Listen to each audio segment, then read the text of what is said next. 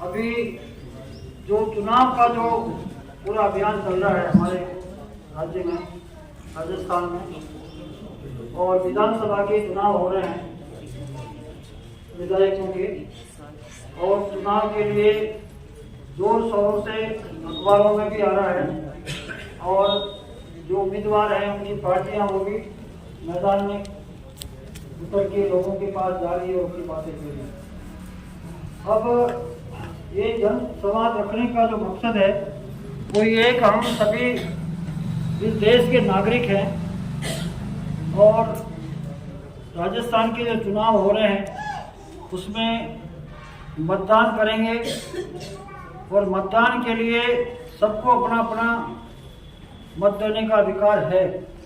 लेकिन हमारे सामने जो सवाल है कि आज जो स्थिति है, जो हमारे देश की स्थिति है, हमारे राज्य की स्थिति है, हमारे लोगों की जो स्थिति है, और खास तौर से जो गरीब लोग हैं, गाँव के रहने वाले, शहरों के रहने वाले, जो निम्न आय वर्ग के लोग हैं, जिनकी कमाई कम है और गरीबी के हालात में जी रहे हैं, उनके पास साधन सुविधाएं कम हैं, तो और बेरोजगारी की जो स्थिति है, नौजवान पढ़े लिखे और बिना पढ़े लिखे भी बेरोजगारी का मसला बड़ा भारी मसला होता है। और महंगाई का जो मसला है वो इतना भारी है कि सारी जो कमाई है वो हमारी खाने पीने की चीज़ों में वो भी पूरी तरह से हम खा पी नहीं सकते, जितना हमें पोषण चाहिए हमारे बच्चों को, घर वालों को, वो भी नहीं हो पाता महंगाई की वजह से। तो ये सारे मुद्दे हैं और उस पर जो चुन करके प्रतिनिधि जाते हैं विधानसभा में, उनका काम क्या है? उनका काम ये है कि वहाँ हमारे राज्य के बारे में ऐसी नीतियाँ बनाएं, ऐसे कानून बनाएं जो जनता के हित में हो, जनता के फायदे के लिए हो, जनता की तकलीफों को दूर करने के लिए हो।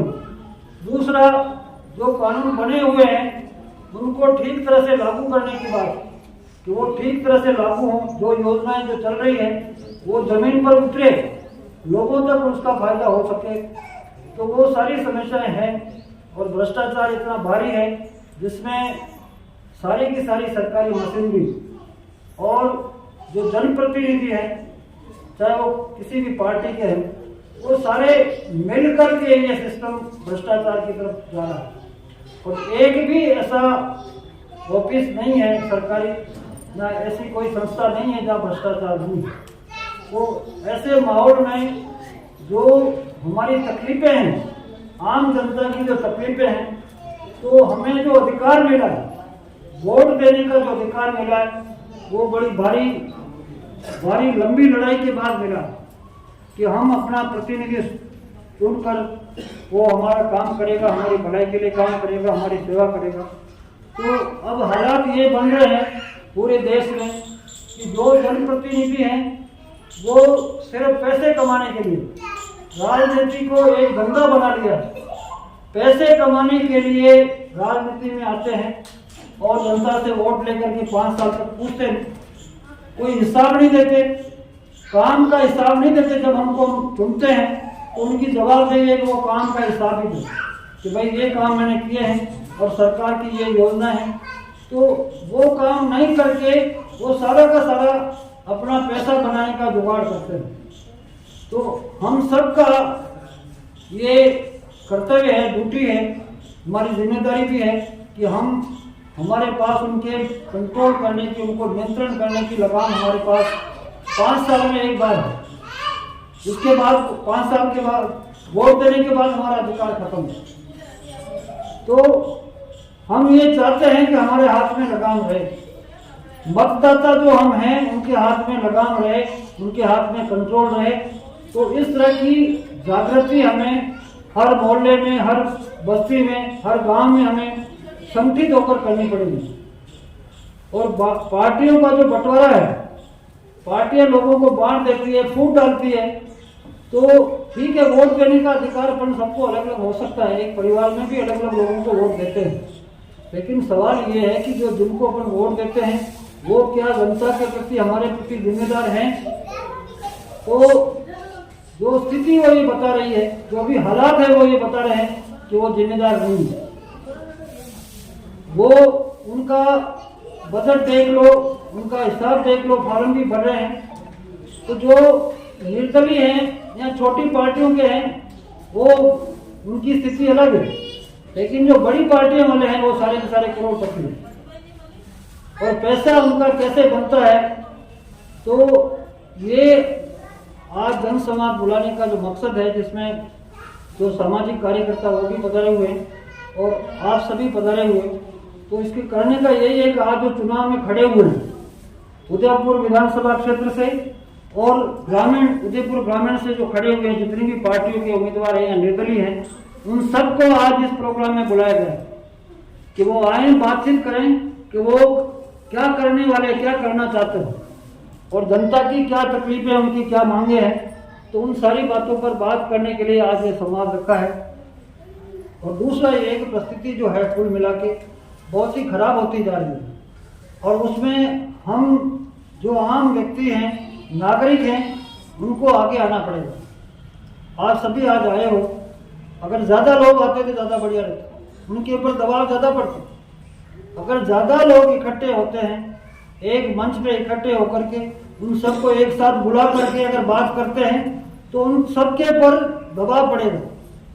अब वो बेलगाम के घोड़े हैं, पैसे के बल पर, ताकत के बल पर वोट ले लेंगे और फिर कह देंगे हम तो अब हम लूटेंगे आप। तो कुल मिलाकर के मैं ज़्यादा समय आपका नहीं लूँ, और भी साथी बोलेंगे। तो मेरा निवेदन यही है कि हम सब जहाँ से भी पधारे हो आप, तो वहाँ अपने मिलने वालों को संगठित करने की जरूरत है। YouTube पे एक वीडियो चल रहा था थोड़े दिनों पहले, जब ये नामांकन वगैरह हो रहे थे,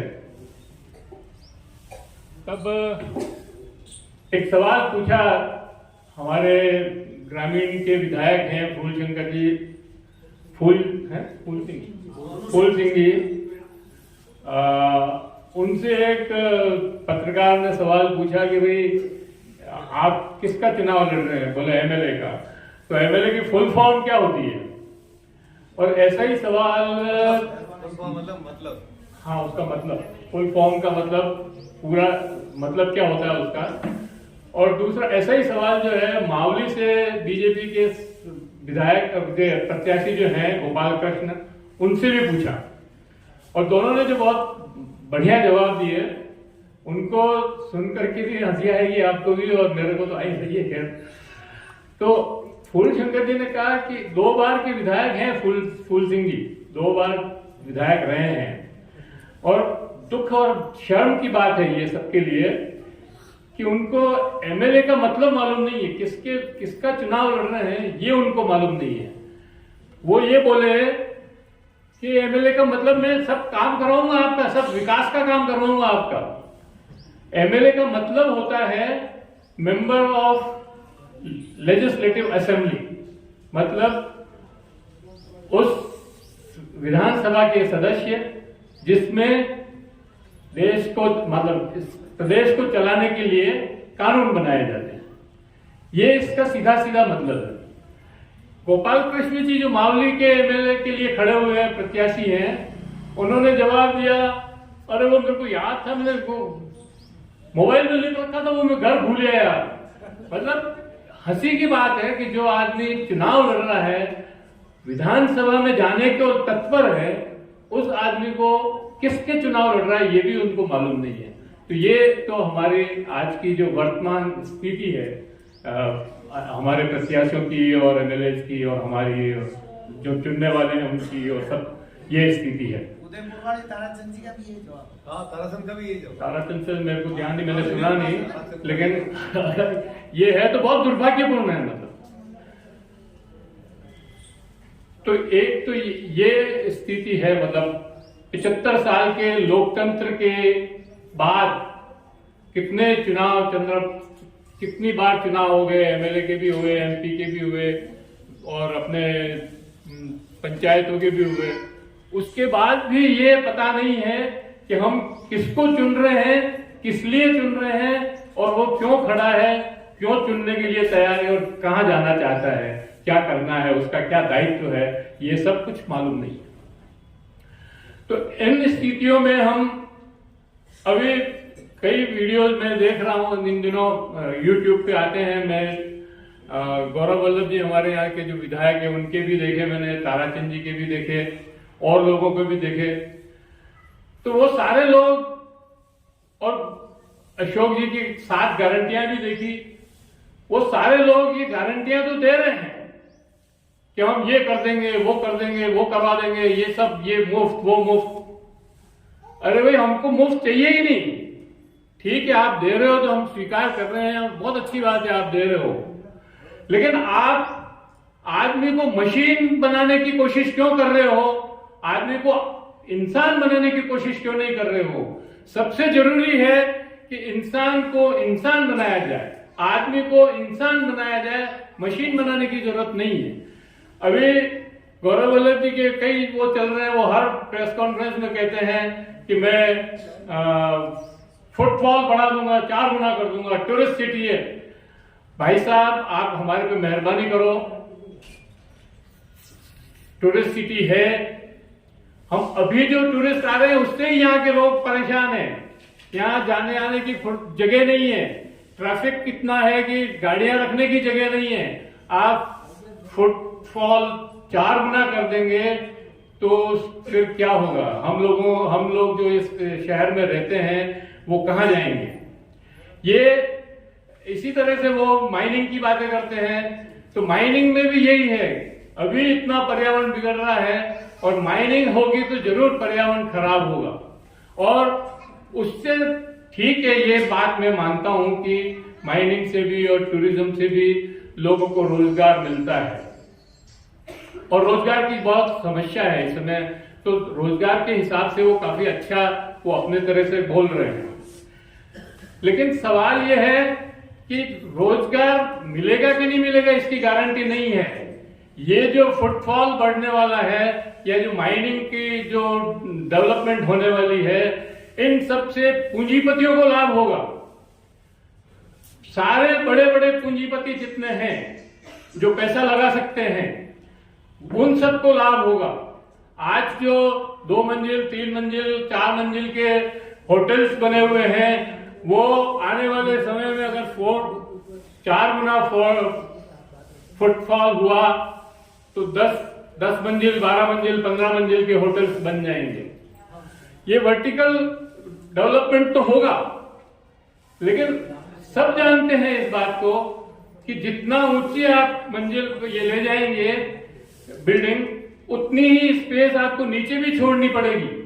अगर नीचे आप उस तरह से नहीं छोड़ेंगे तो नीचे हवा, पानी, रोशनी, इन सारे की प्रॉब्लम हो जाएगी। तो मेरा कहना यह है कि आप फुटफॉल 4 गुना करें चाहे 6 गुना करें, लेकिन उसके अनुसार सुविधाएं बढ़ाएं। आज होटल की स्थिति क्या है? गोपालपुरा जैसी रेजिडेंशियल कॉलोनी में 3-4 होटल खुल गई। अब रेजिडेंशियल कॉलोनी में होटल खुल जाना अपने आप में एक समस्या खड़ी हो जाती है। वहां टैक्सियां आती है, बसें आती है, टूरिस्ट आते हैं और उन सब से वहां का जो नागरिक है उसको बहुत परेशानी हुई। तो अगर आपको फुटफॉल बढ़ाना है, टूरिज्म बढ़ाना है, आपको विकास करना है, आपको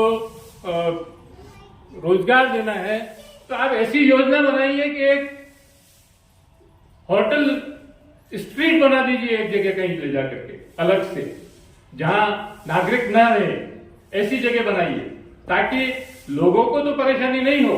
जो लोग 50-50 साल से, 40-40 साल से वहां पर रह रहे हैं, अपने 1 मंजिला मकान में रह रहे हैं, आप वहां 6 मंजिला, 8 मंजिला होटल बना देंगे तो धूप का क्या होगा, रोशनी का क्या होगा, हवा का क्या होगा, और आसपास के लोगों के बारे में कोई सोच नहीं है, कोई विचार नहीं है।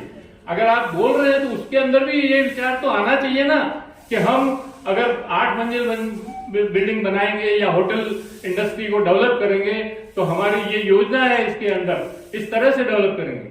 वो ऐसा कुछ भी नहीं बताते। तो मेरा कहने का मतलब है कि, और माइनिंग इंडस्ट्री का जहां तक सवाल है, वैसे ही हमारे यहाँ की सारी पहाड़ियां कट गई,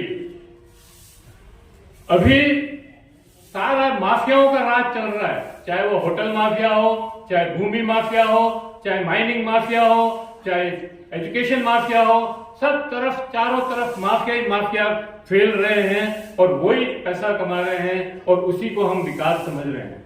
वास्तव में वो विकास नहीं है, वो हमारा विनाश है। जितना ऊंची बिल्डिंगें बन रही है और हवा पानी रुक रही है, रोशनी रुक रही है, उतनी बीमारियां बढ़ रही है। इस बार इस और किसी का ध्यान नहीं है। हमको इस बात का भी ध्यान रखना पड़ेगा कि हमारी जो नेचुरल लाइफ है वो डिस्टर्ब नहीं हो और विकास हो। ये एक पैमाना हो सकता है विकास का। मैं दूसरी 2-3 बातें और कहना चाहता हूं। जैसा कि मैंने कहा आपको कि माइनिंग इंडस्ट्री और होटल इंडस्ट्री से विकास होगा और पूंजीपति तो उससे खूब पैसा कमाएंगे, लेकिन उसमें काम करने वाला आदमी जिसको हम कहते हैं कि उसको एम्प्लॉयमेंट मिलेगा, उसको पूरी वेतन मिलेगी कि नहीं मिलेगी, इसकी कोई गारंटी नहीं है। सरकार मिनिमम वेज की बात तो करती है, लेकिन देने की बात नहीं करती है। हजारों केस यहाँ अपने लेबर डिपार्टमेंट में पड़े हैं जो मिनिमम वेज जहां नहीं मिलती है। मेरा कहना यह है कि आप इस बात की गारंटी करवाइए। ये 7 गारंटियां तो अपने आप में ठीक है, आप जो दे रहे हैं 500 रुपए में सिलेंडर और ये सारी बातें बहुत अच्छी है, लेकिन जो आदमी मेहनत करता है उसके परिश्रम का, उसके पसीने का पूरा दाम तो मिले। कम से कम उसको वो गारंटी तो दीजिए जो मिनिमम वेज सरकार तय करती है, कोई दूसरा तय नहीं करता है। जो सरकार तय करती है कम से कम वो तनख्वाह तो उसको वो वेतन तो मिले, ताकि वो अपने बच्चों का अपना पेट पाल सके, अपने बच्चों की ठीक से हिफाजत कर सके। इसी तरह से मैं कहना चाहता हूं, ये 7 गारंटियां भी दी है और 3-4 गारंटियां गौरव वल्लभ जी अपनी तरफ से भी दे रहे हैं और बीजेपी का तो अभी तक कोई घोषणा पत्र आया नहीं है, संकल्प पत्र आया नहीं है, तो हमको नहीं मालूम वो क्या करने वाले हैं। लेकिन मैं कहना चाहता यह हूं कि ये गारंटियां अपने आप में ठीक है और आप तो चुनाव लड़ रहे हैं राजस्थान विधानसभा के लिए। विधानसभा में बैठ करके आप वहां पर कानून बनवाएंगे, तो आप ये कानून क्यों नहीं बनवाते कि हम मिनिमम सपोर्ट प्राइस पे ही फसलें खरीदेंगे। अगर ये कानून आप बनाते हैं, इसकी गारंटी देते हैं, तो सबसे ज्यादा किसानों के हित में होगा और हम जो उपभोक्ता हैं, दूसरे लोग जो हैं, उनके भी हित में है कि किसान को मिनिमम सपोर्ट प्राइस मिलनी चाहिए। एक इतना बड़ा आंदोलन हुआ इस देश के अंदर, किसान आंदोलन, आपको सबको मालूम होगा, और वो आंदोलन 13 महीने तक चला और 13 महीने के आंदोलन में 750 लोग खेत रहे, शहीद हो गए। और वो आंदोलन क्यों था?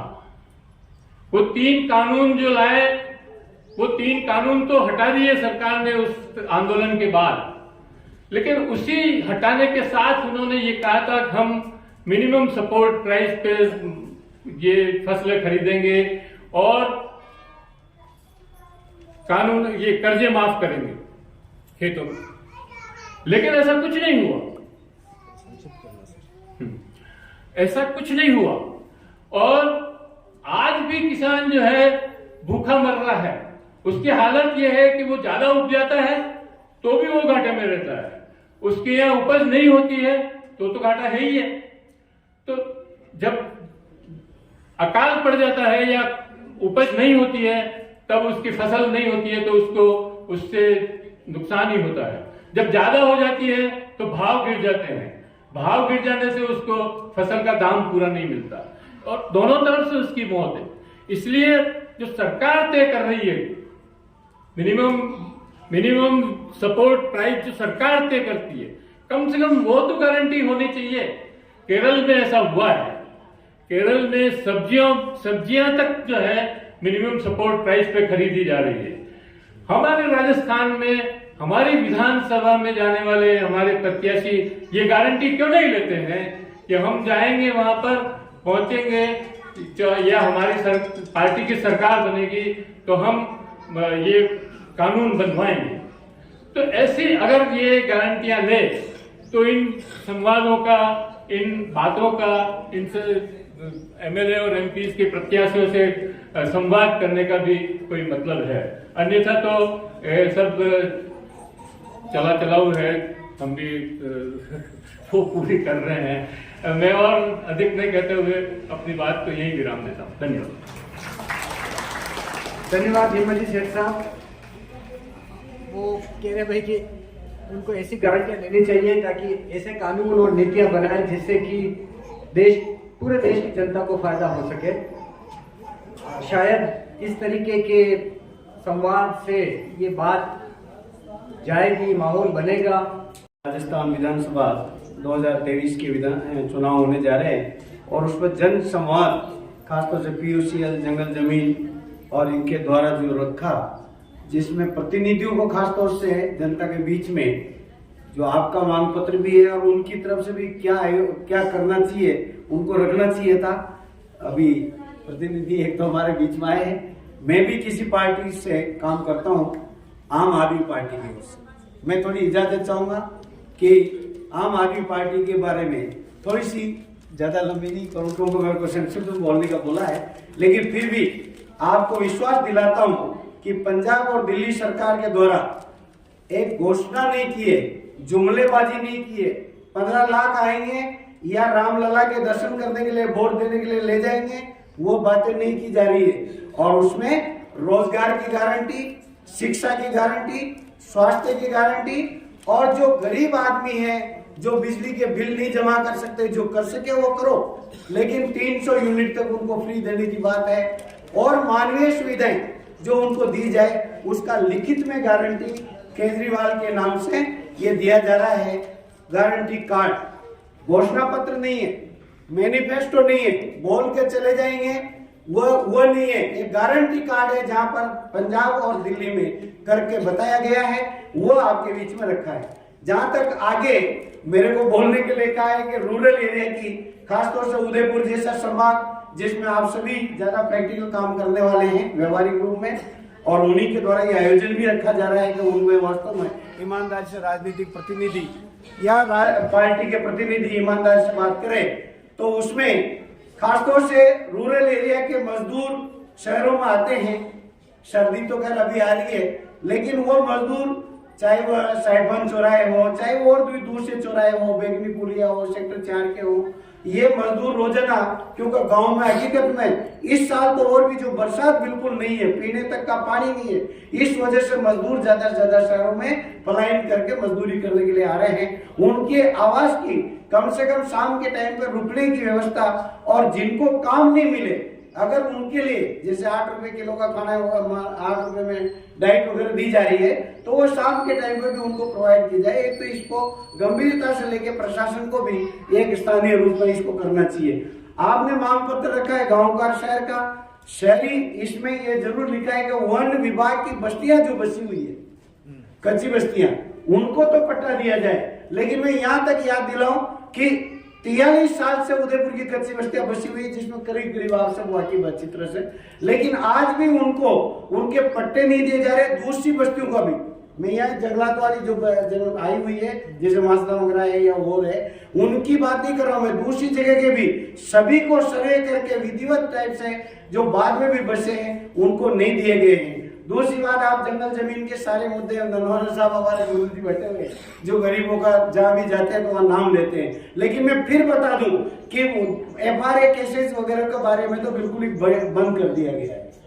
पंचायत के स्तर पर फाइलें भर के रखी हुई है, वो पट्टे के लिए वो फाइल पंचायत से आगे SDO ऑफिस भी नहीं आ रही है और कलेक्टर भी नहीं आ रही है। मैं फॉर एग्जाम्पल बता सकता हूँ कि गोगुंदा में जैसे दियान पंचायत है, 65 फाइल के बारे में डिस्ट्रिक्ट कलेक्टर में जो जन संवाद होता है उसमें दिया हुआ है, लेकिन अभी तक वो फाइल वहां से आगे नहीं बढ़ी है। ये एक एग्जाम्पल, एक का बात नहीं है, ये ऐसी और भी है। दूसरा, इसके साथ आपके द्वारा जिस तरह से उठाया जा रहा है, मैं प्रतिनिधि जो साथीगण और भी है या एक राजनीतिक कार्यकर्ता के नाते में इतना कह सकता हूं कि ये रोजाना की जैसे शिक्षा की गारंटी, शिक्षा जिसमें सभी बोलते हैं, हमारे आजकल ज्यादा बोल रहे हैं 70 साल 75 साल के बाद याद आ रहा है लोगों को कि शिक्षा भी जरूरी है। बोलते हैं बाबा साहब ने ये कहा है कि शिक्षा शेरनी का दूध है, जो उस शिक्षा को प्राप्त करेगा वो शेर की तरह दहाड़ेगा। अभी तक तो दहाड़ते दिख नहीं रहे हैं। माफिया जो आपने बताया सेठ साहब ने कि एक माफिया में तो कहता हूँ कि मोदी जी और अमित शाह ये भी माफिया बन के रहे हैं। आज पूरा का पूरा दिल्ली का इनका सारा का सारा जैसे ये है, ये माफिया है। तो ऊपर की कल्चर जो इन राजनीतिक दलों की है उसमें अभी कल पेपर के ऊपर लिखा हुआ था कि एक ही परिवार के 22 आदमी लगातार एमएलए बनने के लिए लाइन में लगे हुए। एक परिवार 23 साल तक लगा हुआ है। अभी आते आते दिख गए हमारे को विवेक जी कटारा दिख गए रास्ते में। तो कटारा आप नाराज नहीं हो, लेकिन विवेक जी कटारा दिख गए तो उनके खेमराज जी कटारा हमारे साथ ही जयनारायण जी व्यास के साथ जयनारायण जी के साथ में होते थे। वो उसके बाद वो चले गए तो उनकी पुत्रवधू प्रधान बनी शायद। उसके बाद में सज्जन जी कटारा बनी।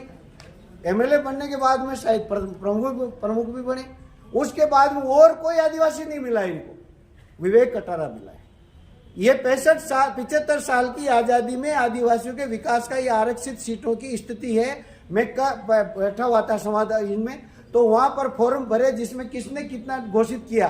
तो एक एमएलए ने 10 करोड़ का किया, एक ने 10 करोड़ का किया, एक ने किया 70 लाख का। कहां पर? गोगुंदा की बात बता रहा हूं मैं, प्रैक्टिकल, जिसमें मैंने कहा ये 10 करोड़ वालों को तो इस आरक्षण से अलग कर देना चाहिए। मेरा विरोध नहीं है, लेकिन कर देना चाहिए तो दूसरे आदमी भी।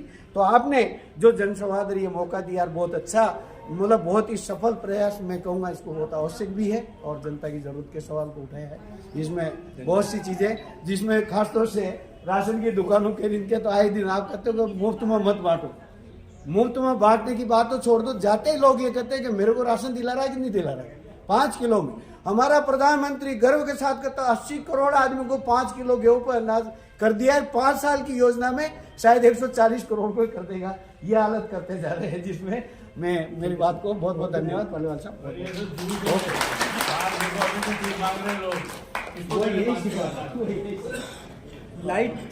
लाइट चली गई है, कोई बात नहीं, हमारी आवाज थोड़ी बुलंद आवाज में। हमारो ये जो विधानसभा का चुनाव है फरवरी में करीब सब उम्मीदवारों ने वहाँ निमंत्रण जीतों करते आ गए आई में अपने वो कई कारणों सारे वो बताया अक्षय मंत्री आप दुख बढ़ाने बताओ कि माँ कहीं चाहिए, माँ ने कहीं दिक्कत।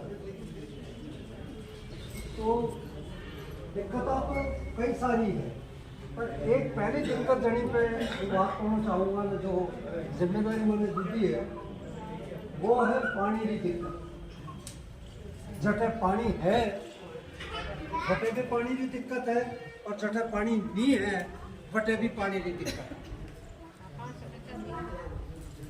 गाँव में बड़ू बड़ी बताया कि वर्षा इंसान नहीं भी आप सबको पता वर्षा नहीं दे रहा, पानी की दिक्कत, हमारा पानी की दिक्कत आई नहीं है। और शहर में आसपास ना जो बात है जैसे संबंध है या मानसी वाकल है, बटे वो पानी लाइन पब्लिक ने सप्लाई करे। बड़ी लोग कोई ठिकानों नहीं है कि कहीं टाइम देगा तो कहीं टाइम नहीं देगा। और जटे पानी है तो उदयपुर थोड़ा भाग्यशाली है कि 5-6 हाथ जिला है। अटे कतरी जिला ही पता है आपने, 100 ऊपर जिला ही आज की तारीख में करीब 42 जिला कागजा में बोल रही है कि उदयपुर में 42 जिला है। और अणी जिला ने सब खत्म कर दी थी अणी भूम आपने, और बोरे को हालत गावारी भी वटे गाँव तालाब, और वो तालाब भी खाते कर दी था। बटे छोटा देवी दलाल है मना की दो अटे मोटा। तो पहले समस्या तो ये है कि पानी के जो स्रोत है, झीलें हैं, उनको अतिक्रमण से मुक्त करें। दूसरी समस्या मानी जो है वो समस्या है जतरा भी डूंगरा है सब काट रहा है। आरोप हमारे पे, आरोप गांव वाला पे लाग्यो कि उन्हें जंगल साफ कर दी। अबे मुश्किल ये है कि जो पहाड़ियाँ है बड़ी पहाड़ियाँ ने या तो बिदड़ रे वास्ते मतलब या मार्बल ने ये जो निकले के महीने खड़ी के वनने वो सब निकालवा वास्ते या तो काट्यो या पछे खूबसूरत दिखावा रे वास्ते होटला बनावा रे वास्ते काट्यो। अब यदि आप पहाड़ी काट दोगा तो वो जो तालाब बनाया है बटे पानी किस तरह आएगा? पानी कट्टे हुआ है। ये रही हालत उदयपुर में मेरी है। और पचा कहीं की दो कि जब पानी नहीं आएगा तो चलो मन से वही करो पाइप में पानी ले आओ,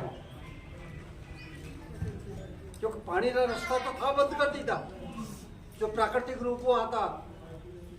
अबे हम पाइप में पानी लाऊंगा तो कई ये अपने मनकारो जो युग है जो आखिरी है अपने बात इंसान पैदा नहीं होगा, मनक पैदा नहीं होगा, बनाने पानी नहीं सावेगा, बनाने जगह नहीं सावेगा।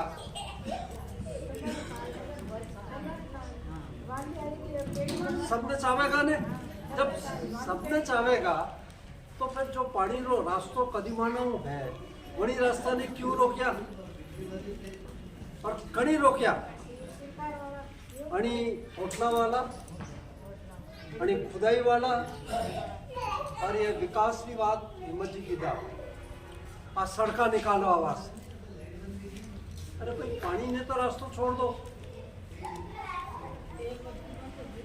डूंगरा काटी दी था बटे लाइटर लगाई दी थी जो सारी चीजें कर दी थी। पछे जरक गांव में नहीं आवेगा तो भाई और कटे जाएगा बापड़ा।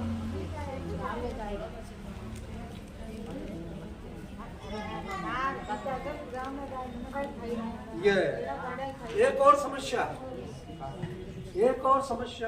अब दूसरी तरह पानी रे अलावा मैं बात करूँगा। पानी रे चारों ओर तो अतिक्रमण कर दी दो, पानी गंदो कर दी दो, शहर में क्यों कि सफाई करा अटे वो पूरा सीवर लाइन पानी में जिला में नाक दी दो, वो पानी तो साफ नहीं है।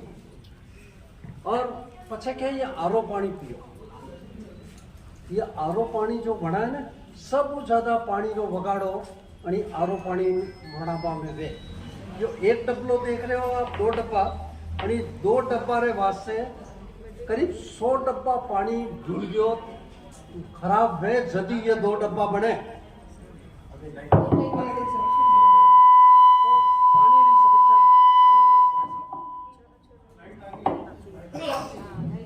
तो पहले तो ये पानी वाली समस्या है। तो पानी की समस्या माने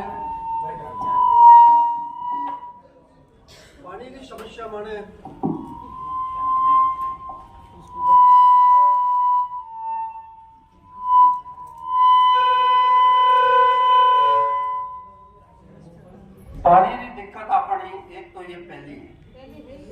और शहर में यदि उदयपुर विधानसभा का चुनाव है, उदयपुर क्षेत्र का जतरा लोग है वही में ये जिला ठीक है बतायो हो पहले भी मारो पहला बोलवा वाला है हाँ, क्योंकि ये कतरी होटला है कतरी बढ़ रही है और सब में होटला जिला रे किनारे ही छावे या डूंगरा ऊपर छावे और अड़ी शहर की जितनी कैपेसिटी है वो बिल्कुल खत्म है की बटे भाई और उबा है वरना देखने मैंने मुझे एक बात और समझ में आएगी। माड़ी विधानसभा में जो भी सदस्य बनने एक प्रस्ताव पास करना पड़ेगा कि उदयपुर रो आरएसएम की हालत हिंदुस्तान जी जैसे करो मती। एक जमाना हो हूँ चांदपुर में हर रविवार जिला साफ करवा वास्ते मानो जाऊं बटे पता लगे गर्टिट एक आदमी हिंदुस्तान सिंह में हो पर कोई मोटा बड़ा टका नहीं है 10वीं पास 12वीं पास IIT अनेक किस्म रा लोग हा और पूरा उदयपुर रे आसपास रा लोग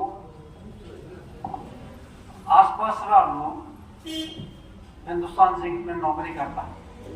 अब काफी लोग तो रिटायर्ड हो गए। आज देखिए हिंदुस्तान सिंह में एक बार आदमी भर्ती कराएंगे देख लो आप अपने आना इलाका में।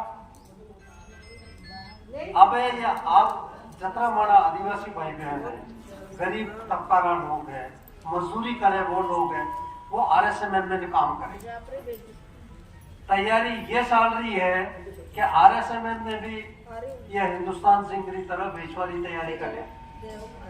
तो विधानसभा में कम अणी तरह प्रस्ताव करना चाहे तो वो चीज नहीं है। और जरा और तीसरी बात, विकास ने थोड़ा पुनर्परिभाषित करवानी जरूरत है कि कई तरह विकास तो अपने पर्यावरण रे इंसान रे अनुकूल रे वशा विकास की जरूरत है। धन्यवाद, मौका दिया। धन्यवाद।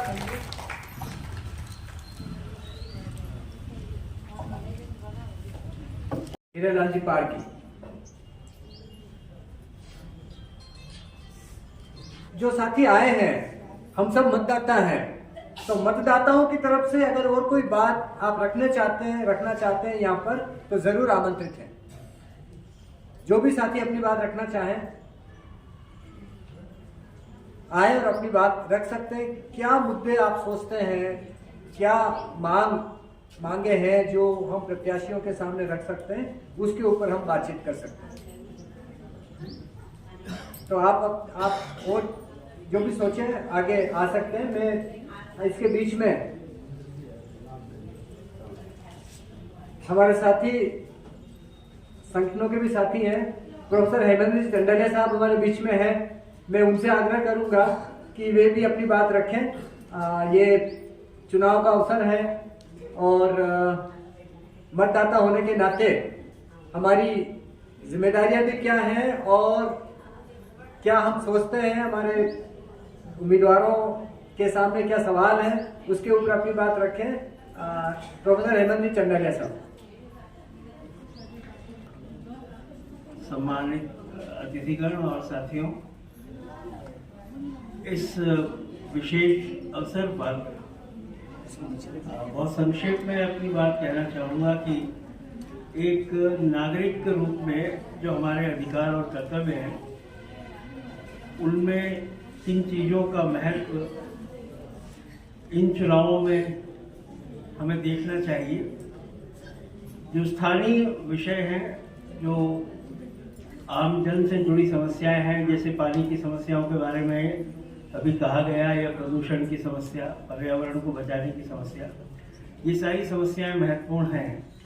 लेकिन साथ ही क्योंकि ये एक राज्य विधानसभा का चुनाव है और इससे सीधा राज्य की नीतियां प्रभावित होती हैं, तो हमें उस स्तर पर भी बात करनी चाहिए। जो सबसे बड़ा संकट इस समय देश में है वो लोकतांत्रिक संस्थाओं के बचाने का संकट है, संविधान को बचाने का संकट है। और जिस तरह से जो राष्ट्रीय पार्टियां हैं, जिनकी नकेल ज्यादातर पूंजीपति वर्ग के हाथों में है इस समय, और जो नीतियां निर्धारित करते समय भी कॉरपोरेट दुनिया के हितों की पैरवी करते हैं, उन सब बातों को भी ध्यान में रखने की आवश्यकता है। क्योंकि नगर की सफाई, नालियां, स्थानीय यातायात, ये स्वायत्त शासी संस्थाओं के विषय हैं। जब हम नगर निगम और पंचायतों के चुनाव की बात करते हैं, तब इन स्थानीय मुद्दों का महत्व पहले और ज्यादा होता है। लेकिन जो प्रतिनिधि अभी चुनकर विधानसभा में जा रहे हैं, हमें ये सोचना चाहिए कि उनकी प्रतिबद्धता किसके प्रति है, उन राजनीतिक दलों का सोच क्या है, और जो प्रतिनिधि यहाँ से जा रहे हैं उनका अपना वैचारिक और बौद्धिक स्तर क्या है। क्या वो किसी पार्टी के पिछड़ों की तरह विचार करेंगे, या एक स्वतंत्र नागरिक की तरह भी सोचने की उनकी आजादी होगी। ये बात सही है कि जो इस समय केंद्र में सत्तारूढ़ दल है भारतीय जनता पार्टी, उन्होंने सन 2000 में विनिवेश मंत्रालय प्रारंभ किया और सार्वजनिक क्षेत्र के उपक्रमों को बेचने का काम प्रारंभ किया। उसमें उदयपुर के हिंदुस्तान जिंक लिमिटेड को भी औने पौने दामों पर बेचा गया, वेदांता को और उससे स्थानीय रोजगार के सवाल पर असर पड़ा, ये बात बिल्कुल सही है। लेकिन साथ ही जो निजीकरण की योजनाएं हैं, जो व्यवसायीकरण हुआ है शिक्षा और चिकित्सा का, उन पर भी मुझे लगता है कि सोचना चाहिए और हमको विचार करना चाहिए कि वो कौन से दल हैं जो देश की सार्वजनिक संपत्तियों के विनिवेश और उनको बेचने की नीतियों का पालन करते हैं, और वो कौन से दल हैं जो समाज के सभी वर्गों को साथ लेकर के एक सार्वजनिक व्यवस्था को सुदृढ़ करने का काम करते हैं। बहुत सालों से जो पब्लिक डिस्ट्रीब्यूशन सिस्टम था पीडीएस, उसको बहुत संकुचित कर दिया गया। शिक्षा के क्षेत्र में निजीकरण का तेजी से बढ़ावा दिया गया, चिकित्सा के क्षेत्र में बहुत तेजी से निजीकरण को बढ़ावा दिया गया, और ये सारी चीजें अंत हम सब नागरिकों को प्रभावित करती हैं। जो नई शिक्षा नीति आई है एनईपी 2020, जिसकी बहुत चर्चा इस समय देश भर में चल रही है, वो किस तरह से पुरातनपंथी विचारधाराओं का पोषण कर रही है, किस तरह वो समाज को मजहबी आधार पर बांटने के लिए बनी है, और किस तरह निजी शिक्षण संस्थाओं को और बढ़ावा देने का उसमें कार्यक्रम है, इस पर भी विचार करने की आवश्यकता है। मुझे लगता है कि एक मतदाता के रूप में और एक नागरिक के रूप में हमारी यह मांग होनी चाहिए सभी राजनीतिक दलों से कि चिकित्सा और शिक्षा जैसे क्षेत्रों का राष्ट्रीयकरण हो, और जितनी इन दो क्षेत्रों में निजी संस्थाएं हैं उन सबको सरकार अधिग्रहित करे और एक राष्ट्रीय स्तर पर सार्वजनिक क्षेत्र के रूप में उनका संचालन। ये हमारी मूलभूत आवश्यकताएं हैं जो हमारे फंडामेंटल राइट से या मूलभूत अधिकारों से जुड़ी। कोई भी सरकार जो शिक्षा और चिकित्सा के क्षेत्र को निजी हाथों में सौंप देगी, वो हमारे मूलभूत अधिकारों की रक्षा नहीं कर पाएगी। ये बात समझने की आवश्यकता है। और अंतिम बात जो मैं कहना चाहता हूं, वो अभिव्यक्ति की स्वतंत्रता का है, जो कि एक मूलभूत अधिकार है। लेकिन हम देख रहे हैं कि पिछले कई वर्षों में सीधा हमला अभिव्यक्ति की आजादी पर हुआ है, चाहे वो लिखने की आजादी हो, चाहे किसी अन्य माध्यम से अपने आप को व्यक्त करने की आजादी हो। तो ये बात सोचना पड़ेगा कि कौन ऐसे दल हैं जो मीडिया को, संचार माध्यमों को अपने कब्जे में लेकर के सूचना प्रसारण के समस्त माध्यमों पर अपना एकाधिकार करना चाहते हैं, और जनता की आवाज उन माध्यमों से लोगों तक न पहुंच पाए, इस बात का प्रयास लगातार कर रहे हैं। ये भी मुझे लगता है सोचना पड़ेगा कि किस तरीके से संचार माध्यमों को सरकारी दबाव से, सरकारी नियंत्रण से और सरकार परस्त कॉर्पोरेट के नियंत्रण से बाहर निकाला जाए। इन्हीं सब बातों के साथ मैं पुनः आभार व्यक्त करता हूँ आदरणीय अश्विनी पालीवाल साहब का कि मुझे उन्होंने अवसर दिया बात कहने का। धन्यवाद।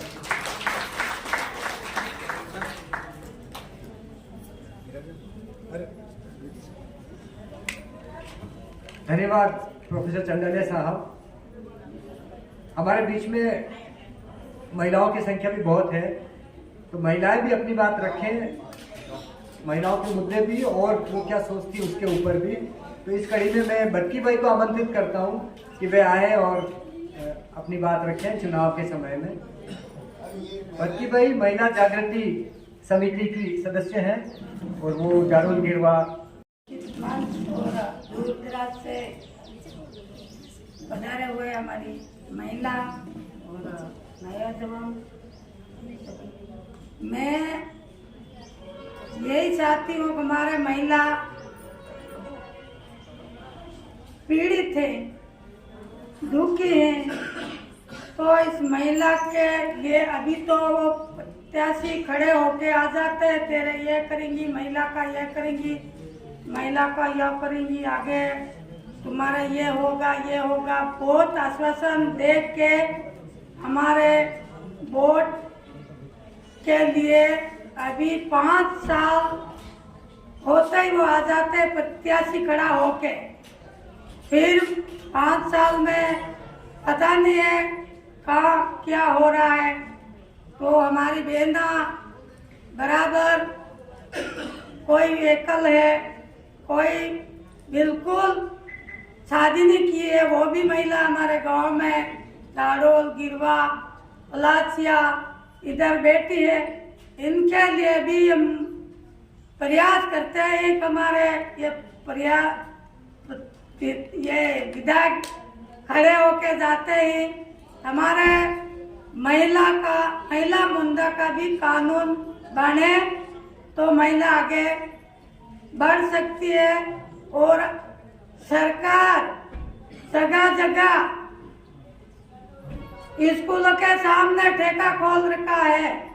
हमारे बच्चे 8वीं 10वीं 12वीं वाले बच्चे भी ठेका पे जाके दारू जेब में डाल के पड़ता है। तो अत्रो ये हमारे बच्चा के साथ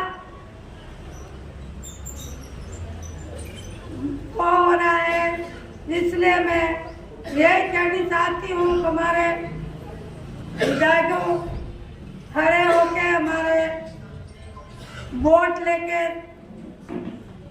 जाते ही हम वहाँ जाके हमारा कानून पक्का बने तो हमारी बहनों भी कुछ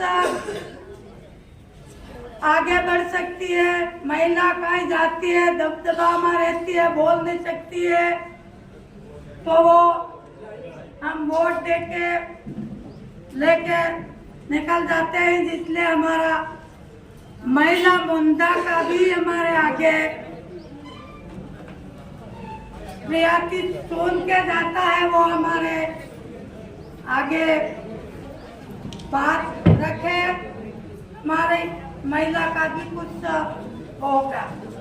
यही हमारी मांगा है।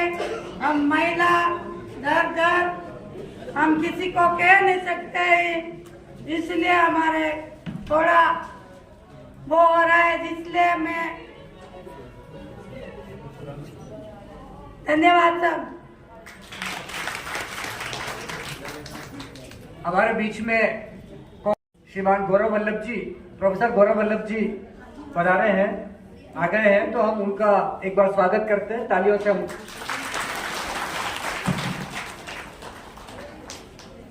तो बहुत देर से हम बातचीत कर रहे हैं उदयपुर के आसपास के और उदयपुर के मुद्दे क्या हैं, क्योंकि आज ये जनसंवाद रखा है। इस जनसंवाद के माध्यम से हम गौरव वल्लभ जी के सामने उदयपुर के जो समस्याएं या मुद्दे हैं या जो हमारी मांगे हैं वो हम आपके सामने रखना चाहते हैं, ताकि आप आपके पार्टी के माध्यम से और विधानसभा में जब आप जाएंगे तो वहां से भी, या आपकी पार्टी वहां पर रहेगी, वहां से आप किस तरीके से उदयपुर के जो मुद्दे हैं, गरीब ग्रामीण जनता के जो मुद्दे हैं, जो मांगे हैं, उनके ऊपर आप आगे काम कर सकें। इस जनसंवाद के माध्यम से हम ये भी प्रयास कर रहे हैं कि जो मतदाता है, मतदाता केवल उम्मीदवारों की बात सुन के चले जाते हैं, पर उनकी बात उनके मन में रह जाती है। तो जो मतदाता साथी या उदयपुर के साथी, आसपास के साथी जो आए हैं, उनकी बात आप सुनेंगे और उसके ऊपर भी आप अपनी बात भी रखेंगे। और ये जो जनसंवाद है, ये जनसंवाद उदयपुर के कुछ जन संगठनों के द्वारा आयोजित किया गया है, जिसमें peoples union for civil liberties PUCL है, जंगल जमीन जन आंदोलन है, जो कि यहाँ के जो आदिवासी क्षेत्र के लोग हैं वो किस तरीके से, उदयपुर के जो आदिवासी क्षेत्र के लोग हैं जो जंगलों में रहते हैं, वे कैसे अपना जीवन जंगल से चला सके और अपना जीवन सुगम बना सके, जंगल में उनके जो अधिकार सुरक्षित हैं वो को प्राप्त कर सके, उसके ऊपर वो काम करते हैं। PUCL मानव अधिकार के लिए काम करता है। राजस्थान आदिवासी अधिकार मंच की ओर से भी ये आयोजन किया जा रहा है। तो राजस्थान आदिवासी अधिकार मंच जितने भी आदिवासी समूह संगठन है उनका एक फेडरेशन है, वो भी इस आयोजन में एक साथ में है। और प्रकृति मानव केंद्रित जन आंदोलन, ये एक जन संगठन है जो प्रकृति और मनुष्य दोनों को बराबरी के रूप में, दोनों को महत्व मिले, और जो कॉर्पोरेटाइजेशन में प्रकृति को अनदेखा किया जा रहा है उसके भी कई सारे इश्यूज है, कई सारे मुद्दे हैं, तो वो भी संगठन साथ में है। तो ये जन संगठनों के द्वारा ये जन संवाद का आयोजन किया जा रहा है। आप यहाँ पर पधारे हैं, हम सोच रहे हैं कि आप काफ़ी संवेदनशील हैं और जनता की आवाज़ सुनने वाले हैं। तो मैं एडवोकेट और जंगल जमीन जन आंदोलन के संयोजक श्रीमान रमेश जी नंदवाना साहब से आग्रह करूंगा कि आप आए और जो मांग पत्र संगठनों की ओर से, मतदाताओं की ओर से, उदयपुर की जनता की ओर से जो बना है, आप उसके मुख्य बिंदु हमारे सामने रखें और ताकि आप अवेयर हो सके। प्रोफेसर गौरव वल्लभी साहब हमारे बीच में हैं, तो वो इन मुद्दों को सुनेंगे ध्यान से और आगे वो भी इसके ऊपर अपनी बात रखेंगे। रमेश जी। भाइयों बहनों और हमारे बीच विराजमान उदयपुर विधानसभा के प्रत्याशी गण, उदयपुर शहर झीलों का शहर है और प्रकृति ने हमें काफ़ी दिया है, मगर जिस तरह से भूमाफिया और दूसरे लोग इसको बर्बाद करने पे लगे हुए हैं। आप उदयपुर के चारों तरफ देखिए, उदयपुर की सब तरफ पहाड़ियां काट काट करके के नया निर्माण कर रहे हैं, तो ऐसा लग रहा है कि दुनिया यही खत्म होने वाली है। जो शहर की खूबसूरती है उसको बर्बाद किया जा रहा है। शहर के पानी के स्रोत हैं उनको खराब किया जा रहा है। तो हमारा ये बात ये है कि ये जो सब हो रहा है ये अधिकारियों की मौजूदगी में हो रहा है। ऐसा नहीं है कि कुछ पता नहीं लगता है। मास्टर प्लान बनता है, मास्टर प्लान में ये होना चाहिए, ये होना चाहिए, ये तय होता है, पर मास्टर प्लान के खिलाफ बड़ा आदमी कुछ भी कर लेता है तो उसके खिलाफ कार्रवाई नहीं होती। तो हम आपसे ये चाहते हैं कि इस तरह जब हमारे प्रतिनिधि के रूप में आप जाएं, उदयपुर के प्रतिनिधि के रूप में जाएं, तो उदयपुर को बर्बाद करने वाले जो कर्मचारी हैं उनको चिन्हित कराएं, वो आइडेंटिफाई होने चाहिए, क्योंकि ऐसा नहीं है कि उनकी निगाह के बिना ये हो सकता है। हमारा ये है कि कृषि से गैर कृषि कार्यों के लिए जमीनें हस्तांतरण हो रही है, आदिवासी लोगों की, अनुसूचित जाति के लोगों की, पर असल में वो दूसरे लोग हैं जो उनको हस्तांतरित करवा रहे हैं। इसका फायदा आदिवासी को या अनुसूचित जाति के आदमी को नहीं मिल रहा। जो लोग करवा रहे हैं उनको फायदा मिल रहा है। अब आप अगर एक आदमी के पास 5 बीघा, गरीब किसान के पास 5 बीघा जमीन है, 5 बीघा पूरी की पूरी अगर वो एक कृषि में परिवर्तित हो गई और वो बिक गई, उसके हाथ में कुछ भी नहीं बचा, तो उसके पास जीने का पूरा सहारा ही खत्म हो जाएगा।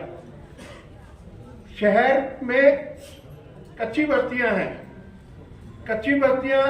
कुछ कच्ची बस्तियां जंगलात की जमीन पर बनी हुई है। आपको ध्यान होगा 2005 में केंद्र सरकार ने वन अधिकार मान्यता कानून बनाया और उस मान्यता कानून के तहत आवास का अधिकार भी दिया है। 13 दिसंबर 2005 से पहले के जो लोग बसे हुए हैं उनको आवास का राइट दिया जा सकता है। ये बार बार समझाने के बावजूद भी यहाँ पर जो कच्ची बस्तियां हैं, जंगल की जमीन में बसी हुई है, उनका नियमितीकरण नहीं हो रहा है। तो ये चाहते हैं कि ये इसके ऊपर भी आप आगे कार्रवाई करें। शहर का जो कैचमेंट एरिया है, वेटलैंड एरिया है, उसका सीमांकन बार बार होता है और बार बार उसको तोड़ दिया जाता है और कोई रोक ही नहीं। सीमांकन पे जो प्रभावशाली लोग हैं उस सीमांकन के दायरे में आकर के निर्माण कर लेते हैं, फिर नया सीमांकन हो जाता है। इसी तरह एक उदयपुर का अहम मुद्दा है कि यहाँ पर उच्च न्यायालय की खंडपीठ हो। उच्च न्यायालय की खंडपीठ की लड़ाई यहाँ के लोग, उदयपुर शहर के लोग, उदयपुर के आसपास के लोग, उदयपुर संभाग के लोग पिछले 40 साल से लड़ रहे हैं और सरकारों के आश्वासनों के बावजूद भी यहाँ पर हाईकोर्ट की स्थापना नहीं हो सकी है। ये हम चाहते हैं हमारे प्रतिनिधियों से कि ये सुनिश्चित करें कि आजादी के 75 साल बाद शहर के रहने वाले हर आदमी को आवास मिले। हर आदमी के पास घर होना चाहिए, जो शहर में, जो स्थायी रूप से शहर में रह रहा है उसके पास घर होना चाहिए। और जो हजारों की तादाद में मजदूर बाहर से मजदूरी करने के लिए आ रहा है, उस मजदूर की भी कोई स्थायी व्यवस्था होनी चाहिए। विश्वविद्यालय, कोशिश ये हो रही है लगातार ऊपर से, सेंटर की तरफ से, कि प्राइवेट कर दिया जाए और जो विश्वविद्यालय हैं उन विश्वविद्यालयों के हमारे गरीबों के बच्चे वहां जा पर, क्योंकि सरकारी विश्वविद्यालय में कम फीस में बच्चे पढ़ सकते हैं, उनको कोशिश ये की जा रही है किसी तरीके से खत्म कर दिया जाए। वहां पर स्टाफ इतना कम कर दिया है कि एक अध्यापक है, पूरा डिपार्टमेंट चला रहा है और धीरे धीरे कोशिश ये कि विश्वविद्यालय को खत्म कर दिया जाए। तो उच्च शिक्षण के संस्थान हैं, उसके बारे में भी आप ध्यान दीजिए और उनको करिए कि वो कम से कम गरीब आदमी का बच्चा, जो बड़ी मुश्किल आजादी के 75 वर्ष बाद तीसरी पीढ़ी में जाकर के बच्चे पढ़ने लायक हुए हैं, और जब पढ़ने लायक ये स्थिति बनी है और आप उसमें प्राइवेटाइजेशन कर दोगे तो वापस पीछे वाली स्थिति में लोग चले जाएंगे। शहर के युवाओं को रोजगार की एक बड़ी मांग है। शहर में खेल के संसाधन बहुत कम है। उदयपुर में दूसरे डेवलपमेंट हो रहे हैं, पर उदयपुर में एक खेल ग्राउंड बनाया इतना दूर जाकर के, और उस पर भी कतिपय कुछ लोगों द्वारा कब्जा है। तो शहर के संसाधन आम विद्यार्थी को मिल सके, ये सारे हैं। और एक बड़ी समस्या जिसकी लड़ाई आजादी के बाद से ही लड़ी गई थी, कर्जे की समस्या, सूदखोरी कर्जे की समस्या। आज ऋण संस्थाओं के रूप में अब बड़ी बड़ी ये कंपनियां बना ली है, रिजर्व बैंक के नाम, अब उनका रजिस्ट्रेशन है कि नहीं है रिजर्व बैंक में, वो मनचाहे तरीके से ब्याज लोगों से वसूल करते हैं। लोगों को स्कूटर दिया, स्कूटर दे दिया, किस्तें बची, 2 किस्तें कम हुई, 2 किस्तें कम होते ही आपका स्कूटर जमा कर लेंगे और फिर मुकदमा कर देंगे, कितना भी मुकदमा कर देंगे। तो इस तरह से जो ऋण का एक जाल बनता जा रहा है पूरा, उसके बारे में भी कोई ऐसी व्यवस्था होनी चाहिए कि ऋण, कितना ऋण ले सकता है और कितने ऋण के ऊपर कितना ब्याज ले सकता है। 1962 में मनी लेंडर्स एक्ट बना था, उसको पूरी तरह से इन संस्थाओं के कारण से वो कर दिया है। ये जो मजदूर आते हैं उनके लिए भी अब एक शहर में निर्माण नजर आ रहा है, शहर में कंस्ट्रक्शन हो रहा है। शहर का कंस्ट्रक्शन करने वाले आप बैठे हुए हैं यहाँ पर, आपकी क्या सुरक्षा है? आपने शहर को सुरक्षित कर दिया, मजदूरों ने शहर को सुरक्षित कर दिया, बड़े बड़े निर्माण कर दिए, बड़े बड़े घर बना दिए, बड़े बड़े होटल बना दिए, बड़े बड़े सब बना दिए, पर आपकी कोई सुरक्षा नहीं है। तो इनकी सुरक्षा, जो कंस्ट्रक्शन वर्कर हैं, इनकी सुरक्षा के लिए भी आपको आगे जाकर के इन पे कार्रवाई करनी चाहिए। बहुत सारी मांगे हैं जो शहर के आदमी चाहता है कि यहाँ का जो प्रतिनिधि है वास्तव में यहाँ का प्रतिनिधि बने, यहाँ की समस्याओं को हमारे बीच में रहकर के आगे बढ़ा सके। इसी उम्मीद के साथ में हमने आज ये कार्यक्रम रखा है कि हम हमारी बात आपके सामने रख सके, जनता अपनी बात अपने सामने रख सके, और हम आपसे भी आशा रखते हैं कि आप भी अपने इलाके में जो भी प्रतिनिधि आए उनके सामने ये बात रखिए। ये लोकतंत्र है, लोकतंत्र का मतलब जनता का शासन है, जनता का जनता के द्वारा शासन है। आप अपने प्रतिनिधियों के सामने अपनी बात रखिए, उन एजेंडा, यहाँ का एजेंडा, उदयपुर के उम्मीदवार का एजेंडा उदयपुर की जनता को तय करना चाहिए, ऊपर से एजेंडा तय होकर के नहीं आना चाहिए। यहाँ के उदयपुर का एजेंडा कौन तय करेगा? आप तय करेंगे कि बाहर का कोई तय करेगा? उदयपुर का एजेंडा कौन तय करेगा? हम तय करेंगे। हमारा एजेंडा, यहाँ उदयपुर का एजेंडा आपके सामने है, उनके बताइए कि ये है, ये गली का ये हाल है, सड़क का ये हाल है, नाले का ये हाल है, पानी की ये व्यवस्था, ये शिक्षा की व्यवस्था है, ये सारे के सारे एजेंडे चुनाव के अंदर निकल के आए। इसी मकसद से हमने ये संवाद रखा है। बहुत बहुत धन्यवाद।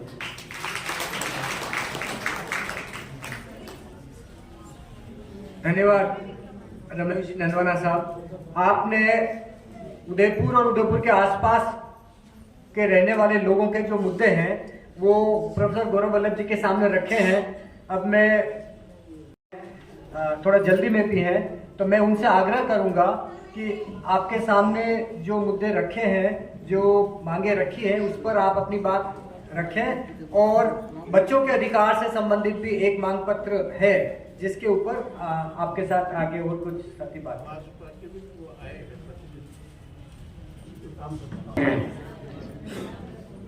रमेश जी नंदवाना साहब,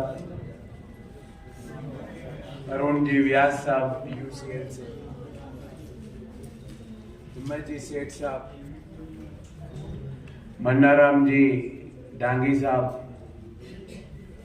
और यहाँ उपस्थित जंगल जमीन जन आंदोलन से संबंधित सभी साथियों, माताओं, बहनों और यहाँ उपस्थित सभी शहर के प्रबुद्धजनों को मेरा सादर नमस्कार। साथियों, आगामी 25 नवंबर को हम अपनी नई सरकार चुनेंगे और जैसा नंदवाना साहब ने फरमाया, लोकतंत्र में सबसे बड़ी शक्ति आपके पास है और वो मतदान की शक्ति है। और वो शक्ति हमें ऐसे ही नहीं मिली। हमारे स्वाधीनता सेनानियों ने अपना पूरा जीवन कुर्बान किया जब हमें वो शक्ति मिली।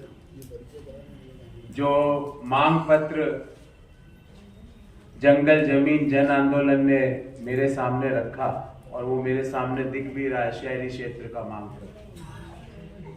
मैं बार बार पहली आपकी 3 मांगे तो मैं अपने हर भाषण, हर संबोधन में मैं वो अपनी बात पहली 3 मांग पत्रों को तो बताता ही हूं।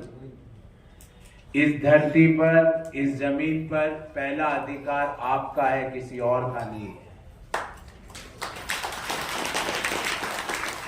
इस जमीन पर पहला अधिकार आपका है, भूमाफियों का नहीं है।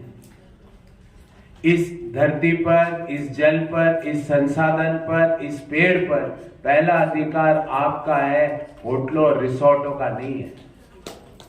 इन पहाड़ों पर पहला अधिकार आपका है, जो गलत तरीके से इलीगल माइनिंग करने वालों का नहीं है। इस बात में मैं बिल्कुल क्लियर हूं और मैं आपको विश्वास दिलाता हूं, सुन ले वो सब लोग कान खोलकर, 3 दिसंबर से जितने भी इलीगल रिसोर्ट बने हुए हैं उनके अच्छे दिन चले जाएंगे। जो गलत तरीके से पहाड़ों को काट काट कर बिना परमिशन के कोर्ट की वेरियस गाइडलाइंस को अनदेखा करके जो लोग भी रिसोर्ट, होटल और माइनिंग कर रहे हैं उनके अच्छे दिन खत्म हो चुके हैं। वो कान खोलकर सुन ले। दूसरी बात, कांग्रेस पार्टी आपके लिए हमेशा प्रतिबद्ध रही है और हम हमारी 7 गारंटियां लेके आपके सामने आए हैं। हमारी पहली गारंटी आप माताओं के लिए है। 3 दिसंबर को जो कांग्रेस की सरकार बन रही है उसमें सबसे पहले बनते ही 10,000 रुपये हर महिला को दिए जाएंगे, पूरे प्रदेश की हर महिला को। और ये कोई एहसान नहीं कर रहे। आप सोच रहे हो ये कांग्रेस पार्टी या सरकार का एहसान है, नहीं। वो पैसा, वो राइट आपका है। जो पैसा आपको मिलना चाहिए आपके स्वाभिमान के लिए, आपके मान के लिए, आपके सम्मान के लिए जो पैसा मिलना चाहिए वो मिलेगा। दूसरी गारंटी हम ये दे रहे हैं कि जो अपने छोटे बच्चे हैं उन सभी बच्चों को अंग्रेजी माध्यम की मुफ्त शिक्षा कांग्रेस की दूसरी गारंटी है। ये बच्चे जो आप लेके आए हो साथ में, ये बच्चे अब इंग्लिश मीडियम की मुफ्त शिक्षा पाएंगे, ये हमारी गारंटी है। हमारी तीसरी गारंटी ये है कि जो हमारे बच्चे कॉलेजों में पढ़ते हैं उनको कॉलेज में दाखिले के साथ मुफ्त में लैपटॉप या कंप्यूटर देने की हमारी गारंटी है। हमारी चौथी गारंटी भी माताओं आपके लिए, मेरी बहनों आपके लिए, दुनिया के कोई भी व्यक्ति भले गैस सिलेंडर के दाम 2000 कर दे, 5000 कर दे, 10,000 कर दे, पर अगले 5 साल तक आपको 500 रुपए में सिलेंडर मिलेगा। ये हमारी गारंटी है। हमारी पांचवी गारंटी यह है कि जो परिवार का कोई सदस्य अगर आपदा में मृत्यु हो जाए तो उनके आश्रितों को 15 लाख रुपए का मुआवजा देने की हमारी गारंटी है। और मैं चाहूंगा कि हमारे गारंटी पत्र आपको वितरित किए जाए ताकि वो गारंटी पत्र में दिए गए मोबाइल में नंबर में आप अपना रजिस्ट्रेशन करवाओ और जैसे ही सरकार बने 10,000 रुपए पहले ही कैबिनेट के डिसीजन के बाद आपके खाते में ट्रांसफर हो। मैं वो डिस्ट्रीब्यूट करूंगा, अभी मैं करवाऊंगा आपसे। हमारी छठी गारंटी ये है और ये आपके लिए बहुत महत्वपूर्ण है कि जो गाय या भैंस का गोबर है उस गोबर को 3 दिसंबर को जो कांग्रेस की सरकार बनने जा रही है वह सरकार 2 रुपए प्रति किलो खरीद कर उसका बायोमास और बायो फर्टिलाइजर बनाएगी। आपकी एक्स्ट्रा इनकम उससे चालू हो जाएगी। आपके पास गाय या भैंस है तो दूध की तो इनकम है ही, पर गोबर बेच के भी इनकम राजस्थान की कांग्रेस की जो 3 दिसंबर को सरकार बन रही है वो सुनिश्चित करेगी। और हमारी 7वीं गारंटी जो राज्य सरकार के कर्मचारियों के लिए, आपसे डायरेक्टली वो रिलेटेड नहीं है, पर मैं आपको वो बता देता हूं कि ओल्ड पेंशन स्कीम का कानून बनाने की हमारी 7वीं गारंटी है। अब रही बात जो आपके मांग पत्र है, शिक्षा का काम जो शिक्षा की मांग पत्र है वो हमारे लिए बहुत महत्वपूर्ण है। शिक्षा के मांग पत्र को आपने रखा, कॉलेज में प्राध्यापकों की कमी का आपने जिक्र किया, निश्चित रूप से उस पर काम करेंगे क्योंकि बिना शिक्षक के कौन सा इंस्टीट्यूट काम कर सकता है। अगर शिक्षक ही नहीं होगा तो शिक्षा कैसे दी जाएगी। तो जो शिक्षा के संबंधित आपके मांग पत्र है उस पे निश्चित रूप से पॉजिटिवली काम किया जाएगा। पर मैं आपके पहले 3 मांग पत्रों पे पुनः एक बार दोहरा देता हूं कि हम जल, जंगल और जमीन, इन तीनों पर पहला हक आपका है। दुनिया की कोई ताकत आपसे वो पहला हक नहीं छीन सकती और जिन्होंने छीना है उनसे वापस आपको दिलवाने का काम हम सब मिलकर करेंगे। मैंने सारे मांग पत्र के सारे इश्यूज पढ़े, रोजगार संबंधित इश्यूज है, उस पर भी मैंने कई जगह बात करी है, भले वो पर्यटन उद्योग है, भले वो माइनिंग इंडस्ट्री है।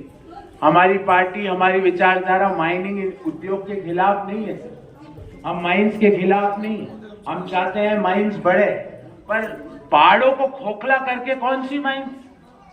हमारे पहाड़ हमारे हैं, उनको खोखला करके माइंस इलीगल तरीके से, अनैतिक तरीके से, गलत तरीके से जो माइंस चल रही है उन पे कठोर कार्रवाई की जाएगी। आपको जमीन का पहला हक आपको दिलवाया जाएगा। और जो लोग, जैसा नंदवाना साहब ने फरमाया कि कई बार बड़े लोग दबाव डाल के, उन दबाव डालने वाले लोगों को मैं यहां से कहना चाहता हूं, जंगल जमीन जन आंदोलन के मंच पर खड़ा होकर कहना चाहता हूं कि कान खोल के सुन लो। आपने जो भ्रष्टाचार करना था आप पिछले 20 साल से कर लिया। आपने पहाड़ियां बेच दी, गलत तरीके से पहाड़ों पर रिसोर्ट बना दिए, बिना परमिशन के आपकी जमीन पर कब्जे कर लिए। अब ये सब बंद करना पड़ेगा और जिन्होंने गलत तरीके से कब्जे किए हैं और किन्होंने किए आपको पता है। मैं आज वो नाम आपको नहीं गिनाना चाहता, जो लोग यहाँ सत्ता में पिछले 20 साल से बैठे हैं उन्होंने किए हैं। उनके आंखों के नीचे हुए हैं। तो इसलिए वो भी कान खोल के सुन ले, उनके अच्छे दिन अब खत्म हो चुके हैं। और ये जो हमारी 7 गारंटियां हैं, इसमें आप सभी माताओं से अनुरोध है हाथ जोड़ के कि इन 7 गारंटियों पे जो फोन नंबर दिया गया है उस पे मिस कॉल देके अपना रजिस्ट्रेशन करवाइए और ऐसी पार्टी को चुनिए जो आपके हक के लिए लड़े, जो आपके अधिकारों के लिए लड़े, जो आपके 25 लाख रुपए तक के मुफ्त इलाज के लिए लड़े, जो आपको 500 रुपए के सिलेंडर के लिए लड़े, जो आपके खाते में 10,000 रुपए डालने की बात करे। ऐसी विचारधारा को ताकत दीजिए। बहुत बहुत धन्यवाद। जंगल जन आंदोलन ने मुझे यहाँ पर बुलाया। आप सभी, हिम्मत जी, नंदवाना साहब, व्यास जी, सभी का, डांगी साहब, आप सभी लोगों का बहुत बहुत धन्यवाद। मैं अब ज्यादा रुकूंगा नहीं, मेरे बैक टू बैक प्रोग्राम है, पर ये मांग पत्र मैं लेके जा रहा हूँ और कोशिश ये करूंगा कि पहली 3 मांगों की तो गारंटी ले रहा हूँ, पर बाकी चीजें भी जल्द से जल्द करवा के हम लोकतंत्र को मजबूत करेंगे, आपको मजबूत करेंगे और लोकतंत्र के जो सबसे बड़े भागीदार हैं जो कि आप हो, आपको मजबूती देने का मैं निश्चय, वादा और प्रण लेता हूं। बहुत बहुत धन्यवाद। जय हिंद।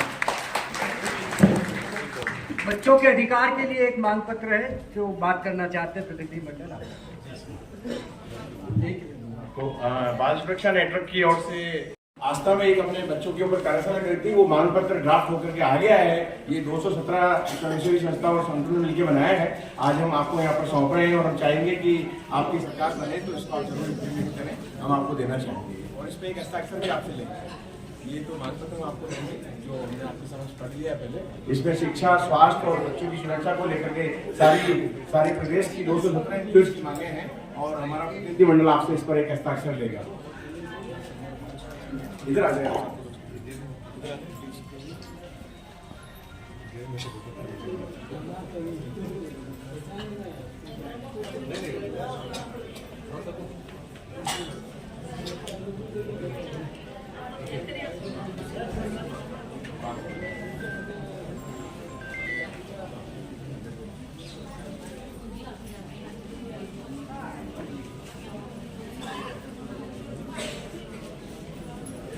श्रीमान प्रोफेसर गौरव वल्लभ जी साहब ने अपनी बात रखी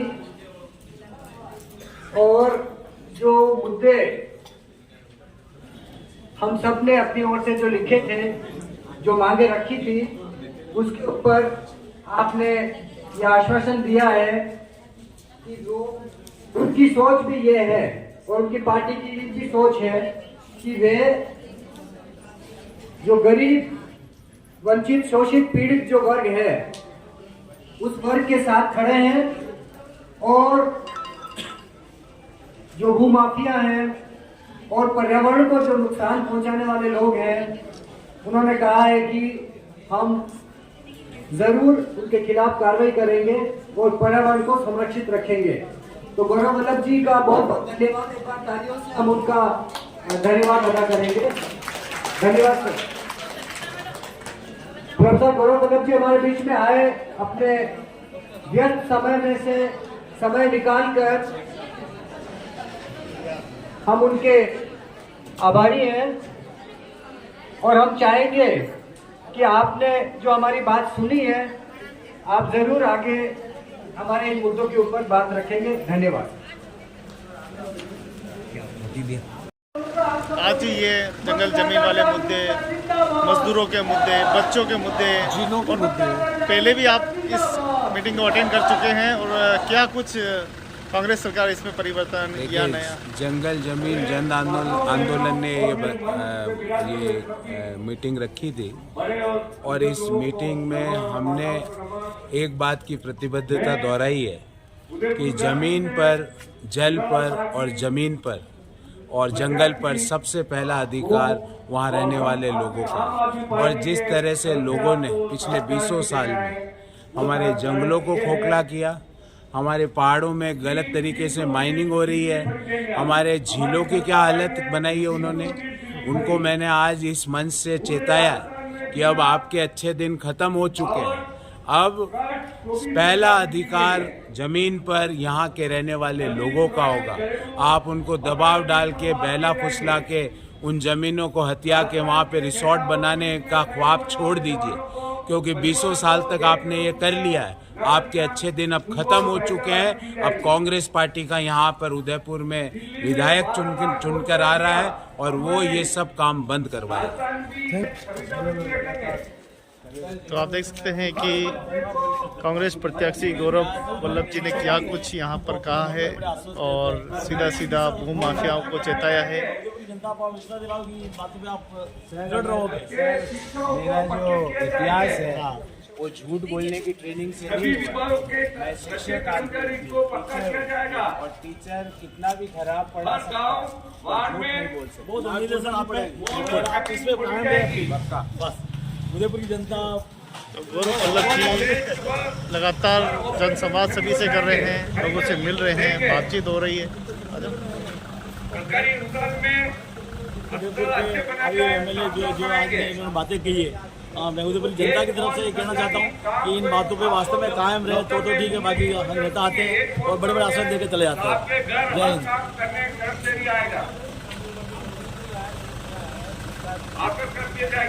इसलिए हमारी 2 सरकार दिल्ली में 3.5 लाख लोगों को प्राइवेट और पंजाब में भी चल रहा। पंजाब की तरह हमारे राजस्थान भी रंगीला पंजाब बनाना चाहते हैं।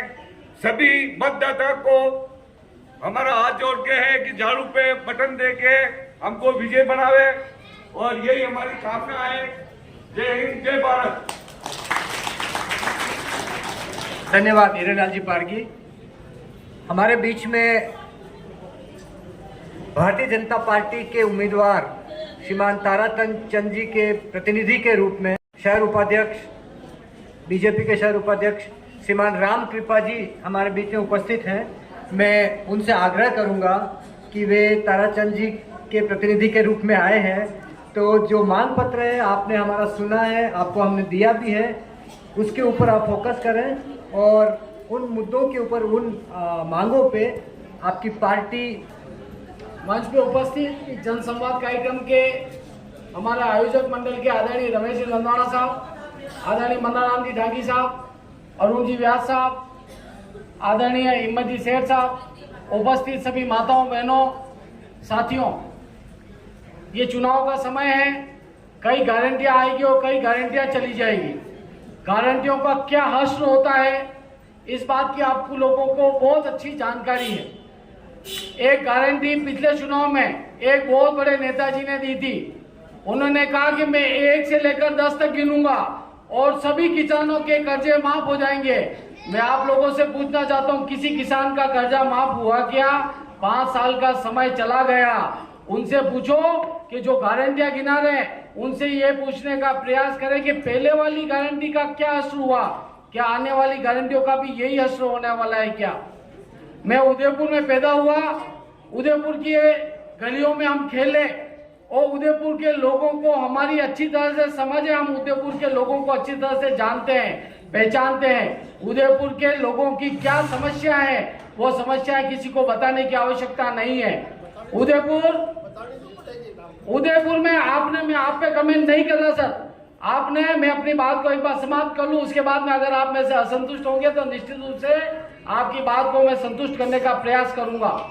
उदयपुर में जिस प्रकार का मांग पत्र आपने पेश किया, उसमें किसी भी व्यक्ति की कोई दो राय नहीं हो सकती, क्यों उदयपुर की जो पहचान है वो 2 चीजों से है, एक तो जल और दूसरा पहाड़ी। इन दोनों चीजों के अगर इस विरासत को हम अक्षुण्ण रखेंगे तो हमारी उदयपुर की पहचान बराबर निरंतर बनी रहेगी।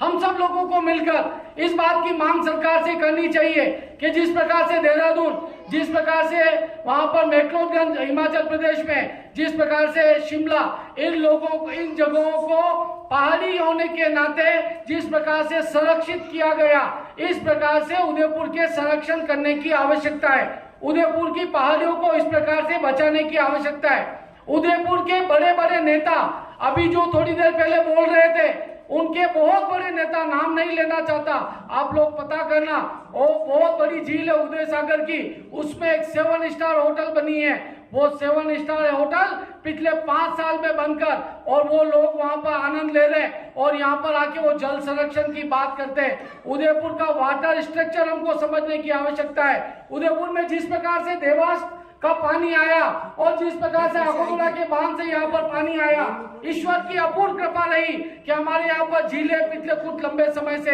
2006 के बाद में लगातार भरी रही है। उदयपुर का पानी अगर बराबर रहेगा, उदयपुर का वाटर लेवल अगर बराबर रहेगा तो निश्चित रूप से उदयपुर का जल का संरक्षण भी होगा। हमको इस दिशा में भी काम करने की आवश्यकता है। मैं आपकी बात से पूर्णतया सहमत हूँ कि जो हमारा आदिवासी है, जो हमारा मूल निवासी है, उस मूल निवासी की सबसे पहले उस जमीन पे, उस जल पे और उस जंगल पे सबसे ज्यादा अधिकार किसी व्यक्ति का होता है तो वहां के रहने वाले मूल निवासी का है। इसलिए उसके संरक्षण करने की आवश्यकता है और उसको संरक्षण राज्य सरकार और केंद्र सरकार के माध्यम से भारतीय जनता पार्टी करेगी। इस बात का मैं आश्वासन आप लोगों को दे सकता हूं। मेरा आप लोगों से ये निवेदन है कि हम लोग इस देश के मूल निवासी हैं। इस देश में किस प्रकार से इस क्षेत्र का संरक्षण हो, किस प्रकार से इस देश का विकास हो, इस पे विचार करने के लिए भी हम लोगों को आवश्यकता है। मैं पिछले लंबे समय से आदरणीय नंदवाड़ा साहब, मंदाराम जी और अरुण जी के नेतृत्व में पिछले लंबे समय से 1982 से ये जो हाईकोर्ट बेंच का आंदोलन चल रहा है, उस हाईकोर्ट बेंच आंदोलन से जुड़ने का मुझे भी सुअवसर प्राप्त हुआ। पिछले 22-23 साल से लगातार उस आंदोलन में मैंने सक्रिय भूमिका के नाते काम किया है। 2-3-5 मुकदमे भी उस नाते मेरे पे दर्ज हुए हैं। निश्चित रूप से हमारे जो जितने लोग बैठे हुए हैं उनको न्याय एट डोर स्टेप, न्याय आपके द्वार पे आए, इस प्रकार की संकल्पना के साथ में उदयपुर में हाईकोर्ट बेंच की स्थापना हो, इस बात का पुरजोर समर्थन भारतीय जनता पार्टी शुरू से करती रही है और निश्चित रूप से उदयपुर में भारतीय जनता पार्टी इस बात का समर्थन करती है कि उदयपुर में हाईकोर्ट की खंडपीठ की स्थापना होनी चाहिए, जिससे एक आम व्यक्ति, जो जिससे एक गरीब व्यक्ति, जिसके लिए एक न्याय की कल्पना हम करते हैं, उस व्यक्ति को न्याय मिलना चाहिए। न्याय सस्ता होना चाहिए, न्याय सुलभ होना चाहिए और न्याय इजी होना चाहिए, समयबद्ध होना चाहिए। इस बात का विचार मेरी पार्टी रखती है। निश्चित रूप से इस बात का भी हम आपकी बात का समर्थन करते हैं। साथ में मैं आपसे निवेदन करना चाहता हूं कि जिस प्रकार का उदयपुर की झीलों के संरक्षण की रिगार्डिंग मैंने आपसे निवेदन किया कि उदयपुर की झीलें निश्चित रूप से भरी पूरी होनी चाहिए, उसके लिए देवास 3rd और 4th फेज का काम अभी बाकी है। 5 साल पहले हमने 1 और 2 फेज का काम करवाया था जब वसुंधरा जी की सरकार थी, लेकिन पिछले 5 साल में एक ढेला भर उसके लिए नहीं मिला। अगर मिलता तो आने वाले समय में ठेठ अपने वल्लभनगर बांध और उसके आगे अजमेर तक की जो पूरी स्थिति थी वो क्लियर हो सकती थी। हमारे पूर्वज बहुत अच्छी व्यवस्था इस वाटर स्ट्रक्चर के नाते, पानी के प्रवाह के नाते बना के गए हैं। अगर हमने उसको सिर्फ संरक्षित कर दिया, उसको ठीक तरह से उसका रख रखाव कर दिया, तो मैं ये दावे के साथ कह सकता हूँ कि उदयपुर के लोगों को किसी प्रकार की कोई समस्या पानी संबंधी नहीं आने वाली है। आप लोग इस बात का समर्थन कीजिए। भारतीय जनता पार्टी शुरू से इसके पक्ष में रही है और आने वाले समय में इस वाटर स्ट्रक्चर को बहुत कम लागत में हम इसको ठीक करेंगे, ऐसी बात मेरी पार्टी कहती है। इस बात पे आप लोगों का मैं समर्थन चाहता हूं। साथ में इस बात का एक उदयपुर के नागरिक होने के नाते ये मेरा मन है, मैं आप लोगों की भावनाओं से पूरी तरह सहमत हूं कि किसी एक व्यक्ति, जो गरीब व्यक्ति है, वो पाई हिसाब जोड़कर अपने बचत करता है और एक एक रुपया वो अपने पेट को काट काट कर इकट्ठा करता है। कोई भी व्यक्ति कितना भी पैसे वाला हो, जेब में से अगर खर्चा कर दिया तो कोई बात नहीं, लेकिन 5 रुपए कहीं गिर जाते ना तो दिन भर दिमाग खराब रहता है कि भाई रे हमारा 5 रुपया पड़ गया, है ना। इसलिए कोई व्यक्ति अपने जीवन की बहुत अगाध कमाई को अगर वो कहीं पे कहीं खाते में बैंक में जमा कराता है और लास्ट में वो बैंक या सोसाइटी डूब जाती है, तो उस व्यक्ति के मन पे क्या गुजरती है, ये उस व्यक्ति से पूछिए जिसने अपनी बेटी के लिए पैसा इकट्ठा किया, जिसने अपना मकान बनाने के लिए पैसा इकट्ठा किया। निश्चित रूप से राज्य सरकार को और केंद्र सरकार को उन सोसाइटियों के ऊपर एक बहुत ही तीव्र गति से और बहुत अच्छी कार्रवाई करनी चाहिए, जिससे दूसरे लोगों को भी सबक मिले कि वो इन गरीबों का पैसा बांट कर नहीं खा सके। भारतीय जनता पार्टी इस दिशा में निश्चित रूप से काम करेगी और जिस प्रकार से सहारा का पैसा रिलीज कराया केंद्र सरकार ने, उस प्रकार से दूसरी सोसाइटियों का जो जमा हुआ पैसा है जमाकर्ताओं का, वो निश्चित रूप से जमा होना चाहिए, लोगों को मिलना चाहिए। इस बात का भी मैं समर्थन करता हूँ। मैं एक बात आपसे और कहना चाहता हूँ, इन सब मुद्दों के ऊपर जितने मुद्दे आपने बताए, एक नागरिक होने के नाते, भारतीय जनता पार्टी के कार्यकर्ता होने के नाते, उसके प्रतिनिधि होने के नाते मैं सब बातों से आपका समर्थन करता हूं। आपकी बात को अक्षरशः भारतीय जनता पार्टी जैसा भी हमारी संवैधानिक दायरे में होगा उसको पूरा करने का निश्चित रूप से प्रयास करेगी। आप लोगों ने एक बात और कहना चाहता हूं कि हम लोग इसके अलावा जिस प्रकार से नरेंद्र मोदी जी ने जनधन की योजना चालू की, जिस प्रकार से भ्रष्टाचार पे बैन लगाने के लिए, भ्रष्टाचार पे प्रहार करने के लिए पहले एक प्रधानमंत्री जी यहाँ गांधी ग्राउंड में आए थे, राहुल गांधी जी, नाम बता देता हूँ, सॉरी राजीव गांधी जी, उन्होंने कहा मैं 1 रुपया भेजता हूँ दिल्ली से, आपके पास में सिर्फ 15 पैसे पहुंचते हैं, 85% बीच वाले खा जाते हैं। मोदी जी की सरकार आई 2014 में, सबसे पहले उन्होंने कहा कि जनधन के खाते बैंक में फ्री में खोले जाए ताकि जो भी पैसा आए डायरेक्ट आपके खाते में आए, कोई भी कट मनी बीच में टाका मारने वाले सब जने बीच में खत्म हो गए, सीधा सीधा पैसा आपके खाते में आने लगा। भ्रष्टाचार पे एक तरह की लगाम लग गई।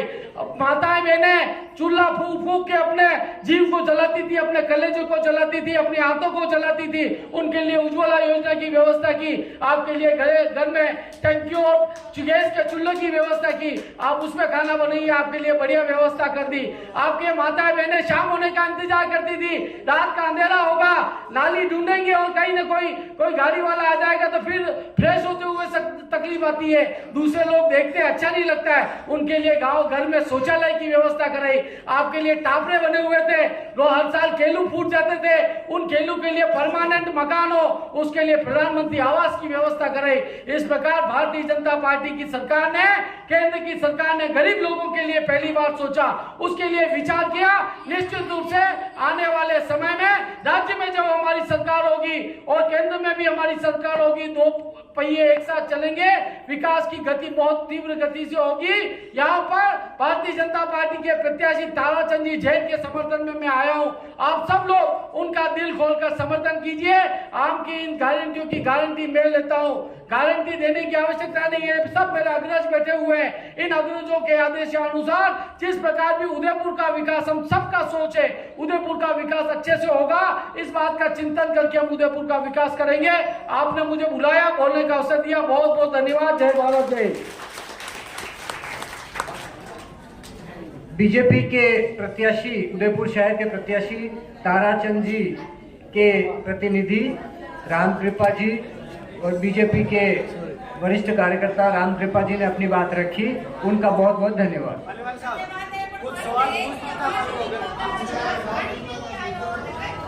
बीच में है तो मैं खेमराज जी कटारा से आग्रह करूंगा कि वे भी अपनी बात रखें। खेमराज जी।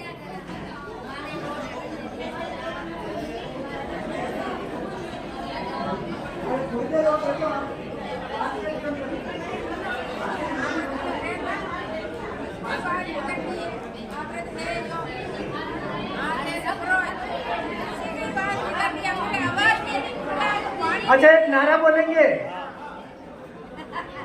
जनसंवाद जिंदाबाद, जनसंवाद जिंदाबाद।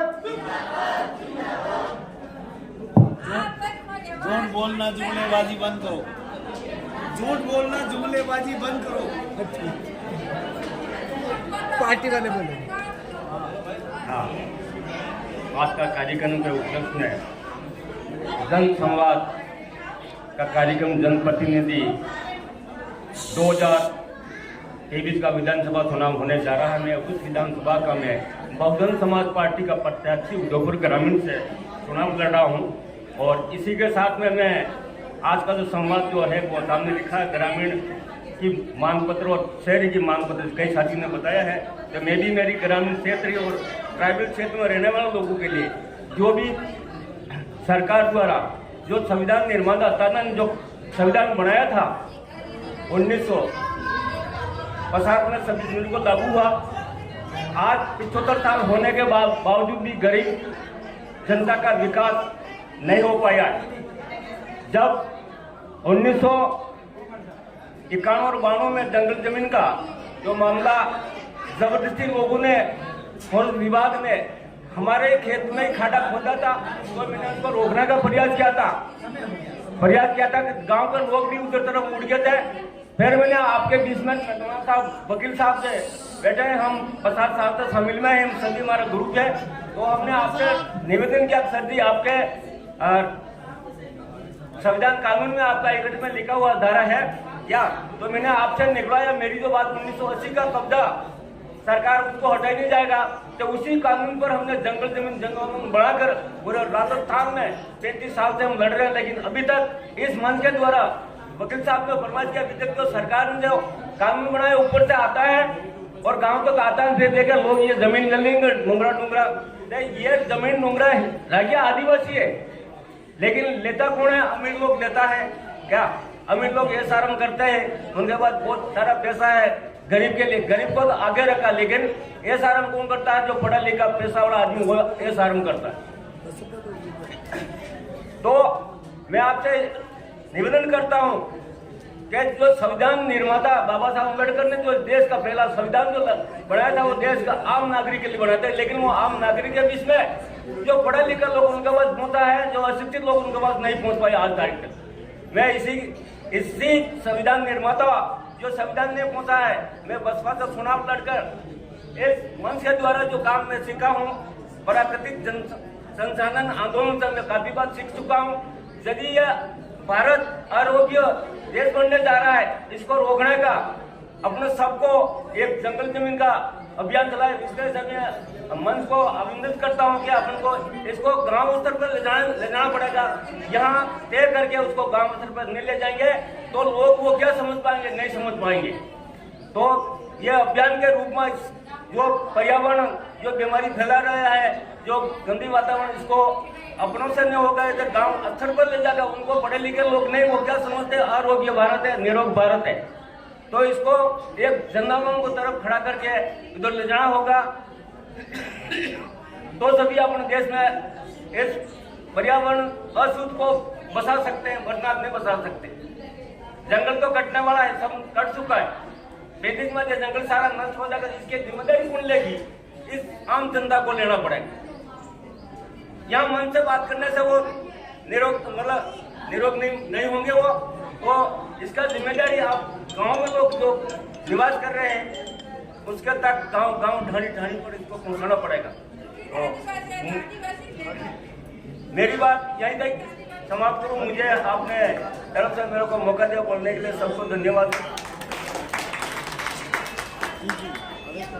बसपा के उम्मीदवार खेमराज जी कटारा को धन्यवाद, उन्होंने भी अपनी बात रखी। हमारे बीच में धर्मचंद जी खेर हैं, राजस्थान आदिवासी अधिकार मंच के अध्यक्ष। मैं उनसे आग्रह करूंगा कि वे आए, 1-2 मिनट में अपनी बात रखें और कुछ नारे भी बुलवाएं। भारत माता की, भारत माता की। आज के इस संवाद कार्यक्रम में सम्मानित मंच, उपस्थित प्रबुद्धजन और यहाँ जनसंगठनों की माताएं, बहनें, भाइयों, सबको जिंदाबाद। साथियों, हर 5 साल के अंदर हमारे बीच में लोकसभा और विधानसभा का चुनावी त्योहार आता है और हम लोग हर बार इस उम्मीद के साथ वोट देते हैं कि हमारी जो दिक्कत है, हमारी जो समस्या है, उसका समाधान होगा, लेकिन ऐसा होता नहीं। और राजनीतिक दलों के अपने तरीके होते हैं प्रचार और वोट लेने के, कोई न कोई बदला के वोट ले जाते हैं। हमारा विकास जहां का तहां रहता है। साथियों, उनका कोई मंच भी नहीं है जहां जनता की बात उन तक पहुंचाए। हम लोग कई सालों से, चाहे विधानसभा चुनाव हो, चाहे लोकसभा चुनाव हो, हम ऐसा कार्यक्रम करते हैं, एक जनमंच, जनसंवाद, आमने सामने कार्यक्रम, ताकि राजनीतिक जो प्रत्याशी हैं दलों के, उनके सामने जनता के मुद्दे जाए और इस पे कुछ न कुछ काम हो, और कुछ न कुछ काम हुआ है। इसी उपलक्ष्य में आज भी हम कर रहे हैं और काफी साथी आए जिन्होंने अपनी बात प्रत्याशियों ने सुनी, उस पर अपनी बात भी रखी। तो ये बढ़िया है। अब क्या मुद्दे हैं मेरे को बोलना था ग्रामीण क्षेत्रों की बात पे, लेकिन वो सामूहिक मुद्दे आ गए हैं जो अपन ने रखा। तो मैं मेरी बात इतना ही कह के समाप्त कर, 2-3 नारे बोलने हैं, शायद उस नारों में मेरी बात आ भी जाए। ये धरती किसने बनाई, किसने देखी? ये जमीन किसने बनाई? ये जमीन किसने बनाई? सरकार ने बनाई? फैक्ट्री में बनी? कहीं मिल तो नहीं है? जमीन 2-3 प्रकार से वो मालिक है। एक तो वो जोतता है, वो एक वो मकान बना के रहता है। वो यहाँ उदयपुर के आजू बाजू में कस्सी बस्तियां है। उदयपुर के शहर के विकास के नाम से इनको आगे धकेला जा रहा है। गांवों के अंदर जमीनें हैं जो विकास के नाम से, हाईवे, बड़े बांध के नाम से लोगों को उठाया जाता है। तो ये गलत है कि नहीं है? गलत आप कहना, मैं नारा बोलूंगा आप कहना, नहीं किसी के बाप का। ये जमीन अपने आप की, ये जमीन अपने आप की। अभी कुछ समय पहले ये बात हो रही थी कि उदयपुर की खूबसूरती है वो पहाड़ियों को देखने से खूबसूरती, जिलों को देखने से खूबसूरती लगती है, लेकिन पहाड़ियां कट के क्या हो गया? होटलें बन गई, रिसोर्ट बन गया। तो पहाड़ी या जंगल किसी ने बनाया? किसी ने बनाया जंगल? किसने बनाया? मालिक ने बनाया, प्रकृति की देन है, किसी ने बनाया नहीं है। तो आपको कहना नहीं किसी के बाप का, जंगल अपने आप का, पहाड़ अपने आप का। आजकल कहीं सुनने को आता है कि इस देश को एक तरीके से ही चलाएंगे, एक तरीका का पूजा पाठ, एक जैसी भाषा। क्या ऐसा हो सकता है? कभी नहीं हो सकता। इस देश में सारे धर्म के लोग हैं, हिंदू, मुसलमान, सिख, ईसाई, जाति, अलग अलग बोली, भाषा, सब एक है। कोई एक का नहीं है देश, हम सबका है। तो मैं कहूंगा और आपको कहना नहीं किसी के बाप का, ये देश अपने आप का, ये देश हमारे आप का, ये जमीन हमारे आप की, ये जंगल हमारे आप का, ये संविधान हमारे आप का। राम राम। धन्यवाद धर्मचंद जी।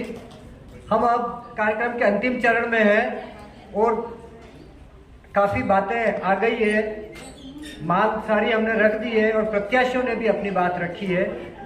तो अब मैं आयोजकों में से PUCL के अध्यक्ष श्रीमान अरुण जी व्यास से आग्रह करूंगा कि वे आए, अपनी बात भी रखें, आगे हम क्या करें उसके ऊपर भी अपनी बात करें और धन्यवाद भी दें। अरुण जी। मंचासीन साथियों और मेरे समक्ष सभी साथियों, हम सरकारें चुनते हैं किसके लिए? हमारा भविष्य तय करने के लिए। आने वाले 5 साल हमारा जीवन कैसा होगा, हमारी समस्याओं का क्या समाधान निकलेगा, क्या क्या समस्याएं हैं। लेकिन जनतंत्र में जब इसकी कल्पना की गई थी, ये वोट वाला जो राज है, तब ये सोचा गया था कि जनता और पार्टी, जनता और नेता, इसके बीच में एक संवाद होगा, आपस में चर्चा होगी और उसका इलाज होगा।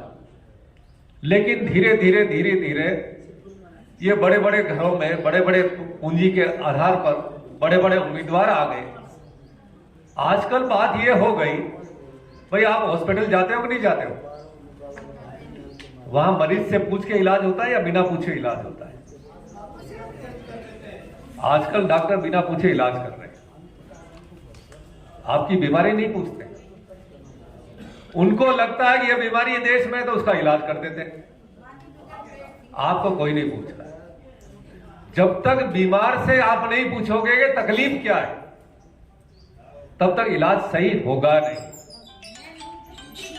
ये जिनसे पूछते हैं उनका इलाज हो रहा है, उनकी कोठियां भर रही है, लगातार भर रही है और अपनी जेब कट रही है। फिर देते हैं गारंटियां, कोई कहता भीख देता है, कोई कहता अनाज देता है, मेरा पूछने का सवाल यह है कि यह स्थिति आई क्यों कि हमको अनाज पे जिंदा रहना पड़े? यह स्थिति लाई किसने? सरकारों ने लाई। हमको यदि हमारा रोजगार मिलता, पूरा रोजगार मिलता, बच्चों को शिक्षा मिलती, बीमार को इलाज मिलता, तो इन गारंटियों की जरूरत कहां थी? पहले तो आप आदमी को भूखा रखो और फिर रोटी दक्का और दानी बनो।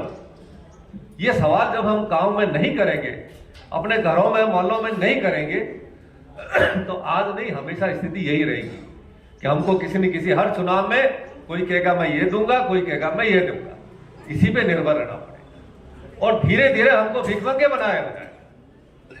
देखिए बहुत चालाकी से काम होता है। 1000 रुपए की जेब काटती है, 50 रुपए आपको पकड़ाते हैं, आप खुश होके कहते हैं ओ हो मजा आ गया, 50 रुपए मिल गए। जेब आपकी कटी है, आपको नहीं पता। अभी तो इतनी चालाकी से सरकार जो है, खासकर मोदी जी की मैं नाम नहीं लेना चाहता हूं, लेकिन महंगाई दिखे नहीं, इसलिए आप 10 रुपए का जो पैकेट खरीदते हो वो 10 रुपए में ही मिल रहा है, पर उसके अंदर माल कम कर दिया, माल कम कर दिया, माल कम कर दिया ताकि आपको पता ही नहीं पड़े कि महंगाई बढ़ गई। अब 1 किलो की जगह 1.25 किलो मिल रहा है और आप राजी होकर थैला लेके जा रहे हैं कि साहब अभी तक बढ़ा नहीं। इतने चालाक और धूर्त लोग हैं राज्य में। यदि जनता को हमने जागरूक नहीं किया, उनको शिक्षित नहीं किया, तो ये ठगी हमेशा होती रही। हमारा जो बुनियादी एक आप नागरिक जो बात करता है, ऐसी व्यवस्था चाहिए कि भाई हम अपना मजदूरी कर, हम किसी से भीख नहीं चाहते, हम अपनी मजदूरी करके और अपना पेट भरते हैं। तो मजदूरी मुहैया करावे, पूरी मजदूरी मिले, हमारे बच्चे पढ़ जाए, हम बीमार हो तो हमारा इलाज हो। सरकार से यही तो अपेक्षा है। हमारी खेती बाड़ी सुरक्षित रह गए, हमारा अनाज पैदा हो तो बिक जाए अच्छे दाम पर, उसमें लूट नहीं, महंगाई नियंत्रण में रहे। लेकिन आजकल क्या स्थिति है आप सब देख रहे हैं। इन मुद्दों पे कोई बात नहीं होती। आप चुनाव देखो ना, इन्होंने ये कहा, उन्होंने ये कहा। अरे भाई तुम्हारी मर्जी है जो कहो, हमारी बात कहां है? रोज अखबार देखो, टीवी देखो, कभी अपनी बात आती है? जनता की कोई बात आती है? इस बात को लाना है। ठीक है हमारी संख्या कम है, पर हम आज शुरू करेंगे तो कभी न कभी तो शुरू होगा। और आज हमने अपनी बातें रखी है। ये बात जिस दिन गली गली मोहल्ले मोहल्ले में शुरू हो गई, इस देश की तस्वीर बदल जाएगी। इस तस्वीर को बदलना भी हमको ही है, क्योंकि जरूरत हमारी है, उनकी नहीं है। हमारे अभी एक नेताजी भाषण देंगे पटका पहन के, हमारी पार्टी डबल इंजन की बात है। अरे सब भूमाफिया आपकी पार्टियों में भरे हुए, उनकी वजह से तुम्हारी पार्टी चल रही है। सब चोर उचक्के सब इकट्ठे कर दिए। कल परसों ही वो मंत्री का, वो तो कह रहे हैं 10,000 करोड़ रुपए एक मंत्री खा गया, लेकिन वो चुनाव का मुद्दा नहीं बनाते, उस पर जवाब नहीं देते और भ्रष्टाचार मिटा देंगे, ये भी कर देंगे, वो भी कर देंगे, ये भी कर देंगे, सब ठीक कर देंगे। ये सपने दिखाते हैं, कहते हैं कोनी पे सेट लगाते हैं। महिलाओं का आरक्षण है 2029 में होगा। भाई आज किसने रोका? आज किसने रोका? ये बहुत सी बातें हैं जिनके बारे में हमको सोचना है कि ये हमारे साथ हमेशा धोखा है। और हम जब जागरूक होंगे, क्योंकि अच्छे जनतंत्र की सफलता जागरूक नागरिक से ही होती है, लेकिन जागरूक नागरिक के बजाय भगत बना रहे, जो सिर्फ मजीरे बजाते हैं, सोचना बंद कर दें। भजन मंडली में सोचने की जरूरत नहीं है, मजीरे बजा रहे हैं, जैसे बजा रहे हैं आप भी बजाओ, मैं भी बजाऊं, ऐसा ही काम कर रहे हैं। तो ये इसके बजाय आपको अपने अंदर जागरूक लोग, अपने गांव अपने जितने भी, मैं कह रहा हूं एक आदमी 5 आदमी को भी जागरूक करता है तो 5 से 50, 50 से 5,000 होने में टाइम नहीं लगता है। हमको इन मुद्दों के ऊपर बात करनी पड़ेगी और उसके बाद भी लड़ना पड़ेगा। किसी के भी ये कहने की हिम्मत नहीं हुई कि हम चाहे जीते या हारे इस मुद्दे पे लड़ेंगे, ये किसी ने नहीं कहा। मुझे बड़ा अफसोस है।